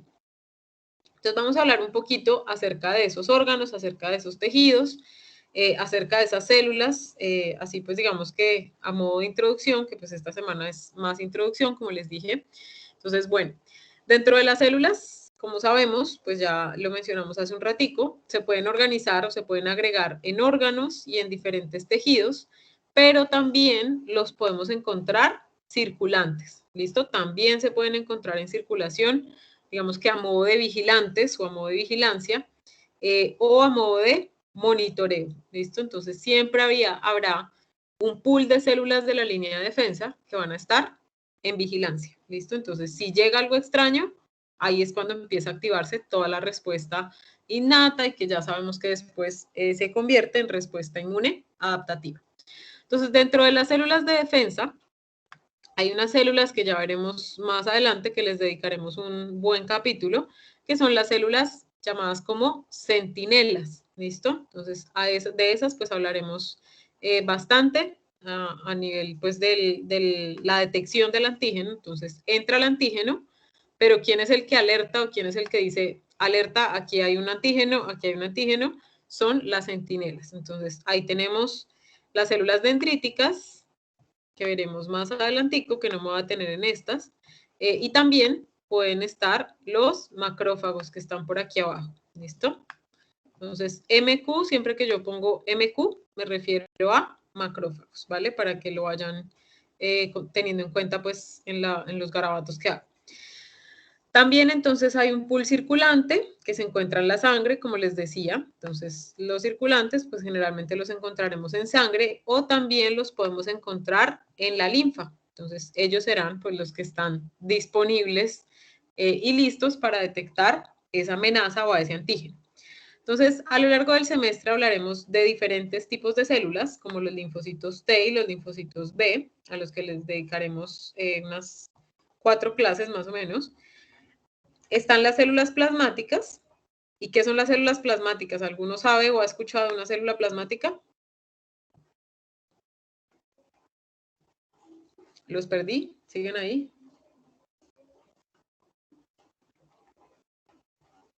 ¿Los plasmocitos, profe? Bueno, ese es otro de los nombres que se les da. ¿Y alguno sabe alguna función? Pues resulta que las células plasmáticas son los mismos linfocitos B, solo que son linfocitos B que, por decirlo así, ya maduraron y produjeron anticuerpos. ¿Listo? Entonces, siempre que yo les hable a ustedes de células plasmáticas, tengan en cuenta que son linfocitos B que ya fueron estimulados y fueron capaces de producir anticuerpos. ¿Listo? Las células plasmáticas. Están los macrófagos, que será unas 2 clases más o menos que les dedicaremos a los macrófagos. Están también otras células que son los polimorfonucleares. Entonces, los polimorfonucleares incluyen 3 pequeños grupos celulares, entonces los eosinófilos, los neutrófilos y los basófilos. Ya ahorita vamos a verles sus formas aquí, entonces en este diagrama más o menos pues está representado. Entonces están, bueno, clasificados de esta forma, como granulocitos, como células de la línea mieloide y linfocitos. Entonces, cuando nosotros hablamos de granulocitos, y bueno, eso es algo que veremos bien más en detalle, los granulocitos se llaman granulocitos porque tienen gránulos en su interior. Entonces, digamos que eso es relativamente fácil de memorizar. Los granulocitos tienen gránulos en su interior y esos gránulos son los que le dan el nombre. Entonces, cuando hablamos de un neutrófilo, hablamos de una coloración neutra, ¿sí? Hablando, por ejemplo, de hematoxilina y eosina, que es la coloración que ustedes ya seguramente conocieron. Entonces, recordarán que hay eosinofílico y basofílico, ¿cierto? Entonces, eosinofílico rosado es el rosado y basofílico es el morado o violeta. Cuando hablamos de una coloración neutrófila o neutrofílica, es uno que está en el medio, ¿no? Que no es ni violeta ni rosado. Entonces, los gránulos de los neutrófilos, que son, digamos que, protagonistas sobre todo en la respuesta inflamatoria aguda, entonces, estos serán los neutrófilos. Se les ve su núcleo, como su nombre lo dice, son polimorfonucleares, que es lo que les mencioné, perdón, ahí el garabato, que les mencioné hace un rato. Entonces, polimorfo quiere decir poli, que tiene varias, ¿cierto? Poli. Morfo, de forma, y nuclear quiere decir que su núcleo tiene múltiples formas. Entonces, los polimorfonucleares, todos estos que aparecen aquí, bueno, este garabatico no está tan lindo, pero ya más adelante los veremos mejor. Quiere decir que, entonces, que los gránulos que están, que el núcleo tiene diferentes formas. Entonces, algunas veces podemos ver, y bueno, esto ya es más histología, patología, lo podemos ver así, el núcleo, lo podemos ver como unas gafas de piloto, y bueno, aquí digamos que estaría la célula, igual aquí, estas células son pequeñitas. Estas son diferentes formas en las que podemos ver un polimorfo nuclear. También lo podemos ver así con el núcleo segmentado, como este que aparece aquí en el diagrama. Entonces, esos son polimorfonucleares. Estos polimorfonucleares aplican igual para estas células, basófilos, mastocitos, perdón, o células de mast, y eosinófilos. ¿Listo? Todos tienen ese tipo de núcleo. Lo que varía es el color de los gránulos. Entonces, el neutrófilo, como ya les dije, serán neutros, ni basofílicos ni eosinofílicos. Los eosinófilos, pues como su nombre lo dice, serán eosinofílicos. Y los basofílicos, pues serán basofílicos, ¿no? Serán gránulos violeta o gránulos morados. eso pues ya digamos que más les será de mayor utilidad en su patología. Y bueno, entonces eso hablando de granulocitos. También hay otras células que son de la línea mieloide. Ya más adelante hablaremos de a qué se refiere mieloide, pues se refiere básicamente a que son derivados de médula ósea, pero por ahora no nos vamos a detener. Se encuentran en este grupo los monocitos o macrófagos, ¿listo? Que tienen capacidad fagocítica. Se encuentran las células dendríticas, a las que también les dedicaremos un buen tiempo durante clase. Y se encuentran también los linfocitos, ¿listo? En cuanto a la morfología de los linfocitos, pues no nos vamos a detener porque todos se ven igual, entonces menos la célula plasmática. Todos ellos en general al microscopio se ven igual, ¿listo? Entonces en esto no nos vamos a detener mucho. Las células plasmáticas son las únicas que varían y bueno, ya hablaremos de su diferencia cuando hablemos puntualmente de estas que son las productoras de anticuerpos. Entonces, hablemos, bueno, ya en estos últimos 20 minuticos que nos quedan, es más un recorderis, un poco de histología, un poco de anatomía, para que ya ustedes sepan, bueno, dónde van a estar esas células, dónde van a estar esos tejidos, dónde se va a dar la inflamación, y eso, bueno, depende muchas veces de por dónde ingresa el antígeno, pero pues es importante que recordemos esta localización de nuestros tejidos linfoides. Entonces, no me voy a detener tanto en detalle en todas estas informaciones ya para ir avanzando, ¿listo? Entonces, como les dije, hay un grupo de tejidos que son los llamados tejidos linfoides asociados, que por ahí mencionó una de sus compañeras, que hablaba del GALT. Entonces, el GALT, justamente, como les decía, entonces es el tejido linfoide asociado a intestino, dentro de los cuales, pues muchos autores localizan o ubican a las placas de Peyer. Está también el BALT, que es el tejido linfoide asociado a bronquios, que se encuentra pues justamente en vías respiratorias. Entonces, aquí, bueno, perdón, aquí no les mostré la imagen, es más de histología, pero pues para que lo tengamos en cuenta. Entonces, aquí estamos viendo un epitelio propio de intestino, de tubo digestivo, no se alcanza a ver obviamente en detalle, pero sabemos que es un epitelio cilíndrico, simple, y se encuentran agregados linfoides, ¿listo? Que en este caso pues corresponderían entonces a GALT. Este BALT entonces se encuentra generalmente al lado de los bronquiolos o esas vías respiratorias mayores. También entonces se encuentra el NALT, que se puede encontrar igual en vías respiratorias, pero entonces en cavidad oral, en cavidad nasal, perdón. Y también encontramos el tejido linfoide asociado a la piel. Entonces, es normal encontrar algo de linfocitos, algo de células dendríticas en la piel. ¿Listo? Ahora, si ya vemos un acúmulo de células así como este de acá, ya empezamos a pensar en un proceso inflamatorio. Pero bueno, eso ya es más de patología general. Esos eran los tejidos linfoides asociados. Ahora, cuando hablamos de órganos, ¿y por qué les voy a hablar de órganos también? Porque el hecho de que una célula se desarrolle o se diferencie en un tejido va a darnos mucho la idea de qué función va a tener, ¿listo? Entonces, más a forma de recorderis, pues, de su histología. Ustedes vieron histología el semestre pasado, ¿sí? Sí, profe. Sí, sí, profe. Listo. Bueno, entonces aquí para que ustedes recuerden, entonces vemos un timo. El timo, recuerden, entonces que tiene su corteza, que tiene sus lobulillos tímicos, que cada lobulillo tiene su corteza ahora sí y su médula, tiene los corpúsculos de Hassall, bueno, etc. Los ganglios linfáticos que tienen esos agregados linfoides, también tenemos el vaso que tiene su pulpa roja, pulpa blanca, los cordones esplénicos, la cápsula, que ustedes ya van a estar como, oh no, histología no, yo creí que ya la había pasado. Bueno, sí, por ahora este semestre van a descansar un poquito del microscopio, pero ya el que sigue, pues vuelven nuevamente. Entonces, para que lo tengan un poquito fresco. Y la bolsa de Fabricio, que les mencionaba pues antes de ayer, sí, el martes, que mencionábamos pues que era un órgano, un tejido, perdón, sí, un órgano que se encuentra en aves a nivel de la cloaca, en la región dorsal de la cloaca, que cuenta con un epitelio propio de intestino, entonces un epitelio cilíndrico, y pues presenta igual pues diferentes agregados linfoides que son característicos de la bolsa de Fabricio. Y también hay otro órgano que no incluía aquí en los dibujitos, en las imágenes, que es la médula ósea. ¿Listo? La médula ósea es un órgano bien importante cuando hablamos de sistema inmune. Entonces, en general, hay pues una clasificación que es la de órganos linfoides primarios, órganos linfoides secundarios. Entonces, los órganos primarios pues se llaman primarios porque en ellos se da la producción y la maduración de células. ¿Listo? ¿Dónde se producen las células?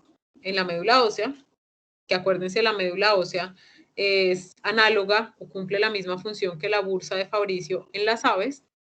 Y el timo es otro de los órganos donde se producen y maduran diferentes células de la línea de defensa. Puntualmente, linfocitos, que son los que ya sabemos o que ustedes aprenderán ahora, que son los linfocitos T, esos que se diferencian a nivel de timo.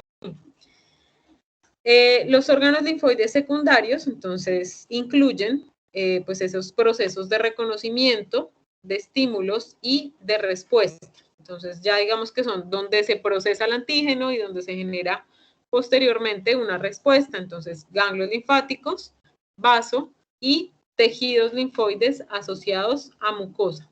Entonces, igual, son órganos linfoides, solo que en ellos no se producen las células, ni se maduran, sino que dan reconocimiento al antígeno y responden. ¿Listo? ¿Claros hasta aquí?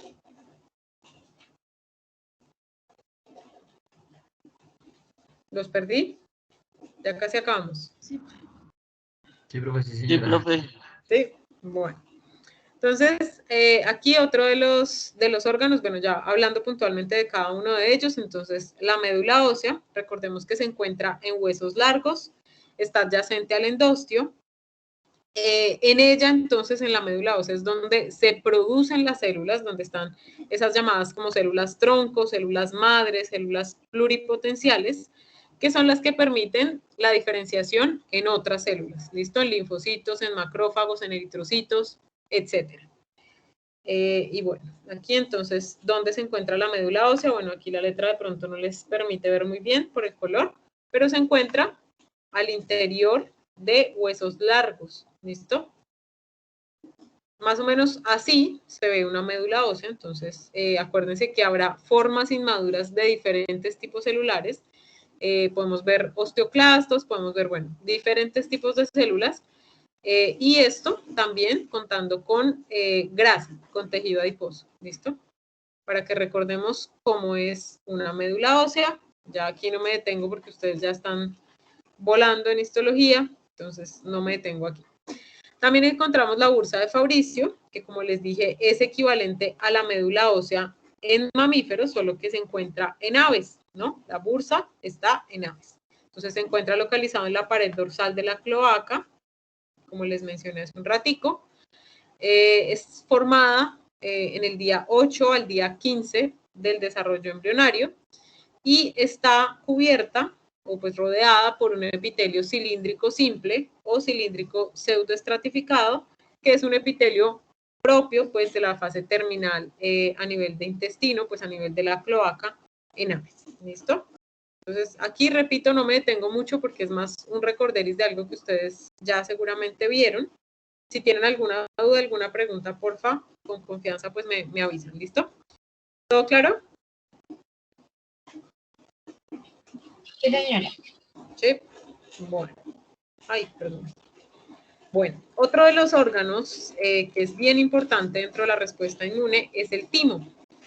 El timo, bueno, ¿ustedes de qué se acuerdan del timo? Porque aquí ya tienen ahí sus pistas. Pues, profe, es como un órgano, se puede catalogar como un órgano que tenemos, bueno, todos los animales tienen desde pequeños y al crecer simplemente se va deshaciendo y se vuelve tejido adiposo. Entonces, es un órgano que en la fase temprana de la vida de los animales, incluyéndonos, está activo, ¿cierto? Entonces, genera la diferenciación de diferentes células, como son los linfocitos T, que ya sabemos. Entonces, es allí donde maduran los linfocitos T. Tiene, bueno, región cortical, región medular, que es la más clarita, tiene lobulillos, y cuando los animales ya empiezan a alcanzar su madurez sexual o cuando ya se encuentran en un nivel de madurez, este timo involuciona. Entonces se convierte pues en un vestigio que, como su compañera lo decía, muchas veces se atrofia en forma grasa, entonces forma tejido adiposo y pierde su funcionalidad. Entonces este es uno de los órganos de los cuales pues o tenemos que tener en cuenta cuando hablemos de linfocitos T.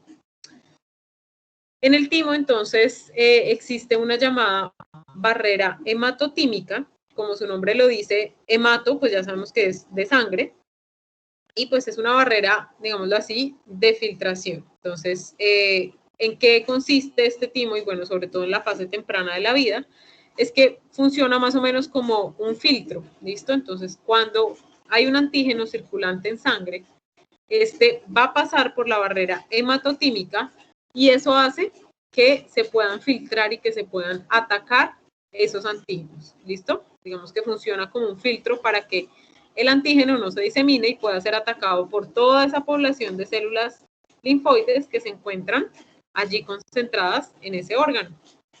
Entonces, este es otro de los órganos. El vaso es uno de los órganos pues, más importantes y digamos que a pesar que representa un órgano muy grande anatómicamente, o bueno, evidente anatómicamente, vamos a ver más adelantico que el vaso, a pesar de ser tan grande, no concentra muchos linfocitos. O sea, hay otros órganos como el ganglio linfático, donde se concentran mayores cantidades de linfocitos y de células de defensa.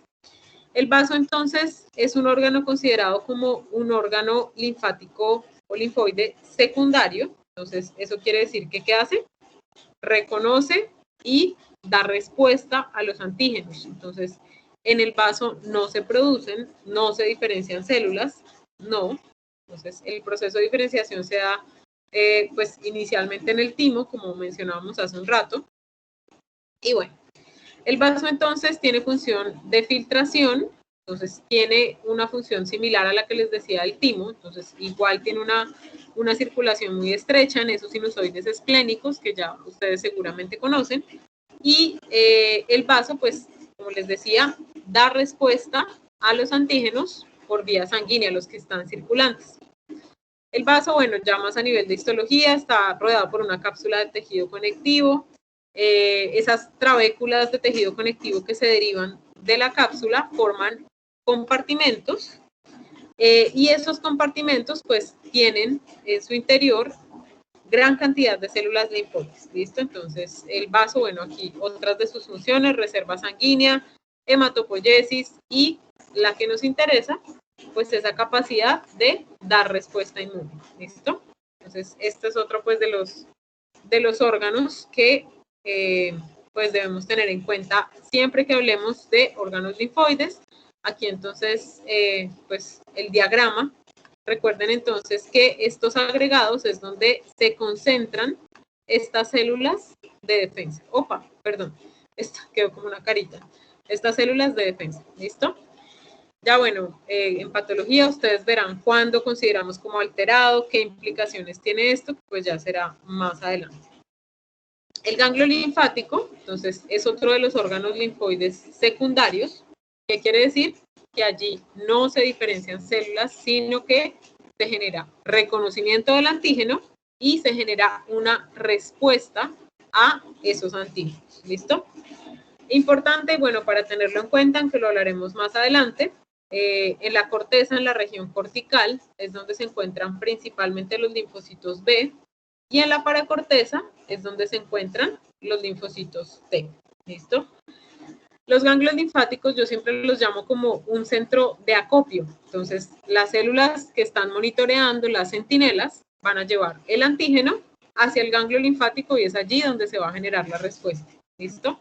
Entonces, siempre cuando yo hablo de ganglio linfático, digo, lo llevan a un centro de acopio, que es donde se procesa el antígeno y se va a generar ya una respuesta específica. ¿Listo? ¿Ustedes me escuchan bien, chicos? Es que acá está lloviendo durísimo y yo apenas sí me puedo escuchar. ¿Ustedes me escuchan? Sí, profe. ¿Sí? Ah, bueno, perfecto. Porque yo casi no me escucho. Bueno, entonces ya digamos que para cerrar un poco esta parte introductoria, esta parte pues más de recorderis tal vez de lo que es el sistema inmune, de por qué órganos está formado, etcétera, quise poner esta imagen. Y bueno, aquí todo se ve muy sencillo, por decirlo así, muy cortico, muy resumido, y es la respuesta al antígeno. Esta respuesta al antígeno es en lo que nos vamos a centrar a lo largo de la materia. ¿Listo? Entonces nosotros hablaremos de procesos como la detección del patógeno.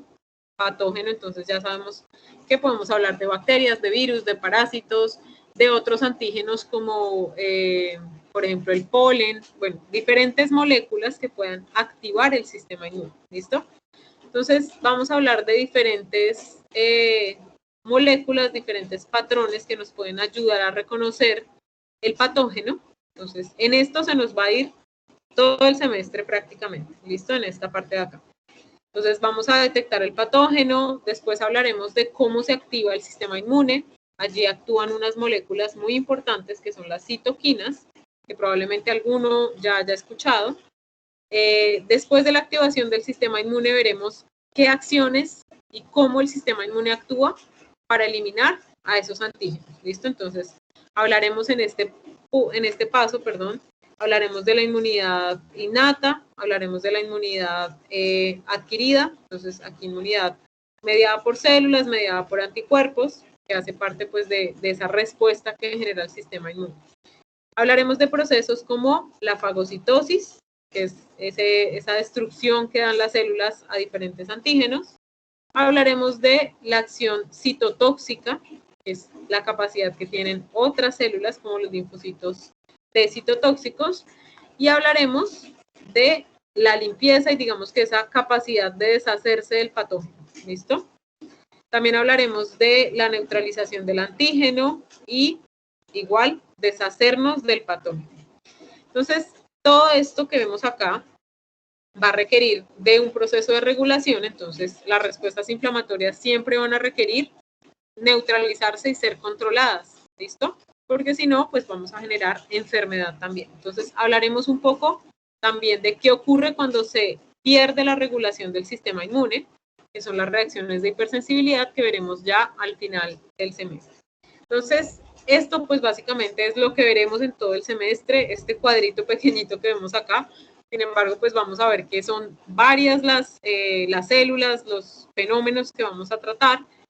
Y bueno, muchachos, no sé si tengan alguna pregunta. Básicamente, pues eso era lo que traía para el día de hoy. ¿Tienen alguna duda? ¿Todo claro? Ya, porque todo claro. ¿Sí? Vale, bueno. Les cuento entonces. Sí, prefiero.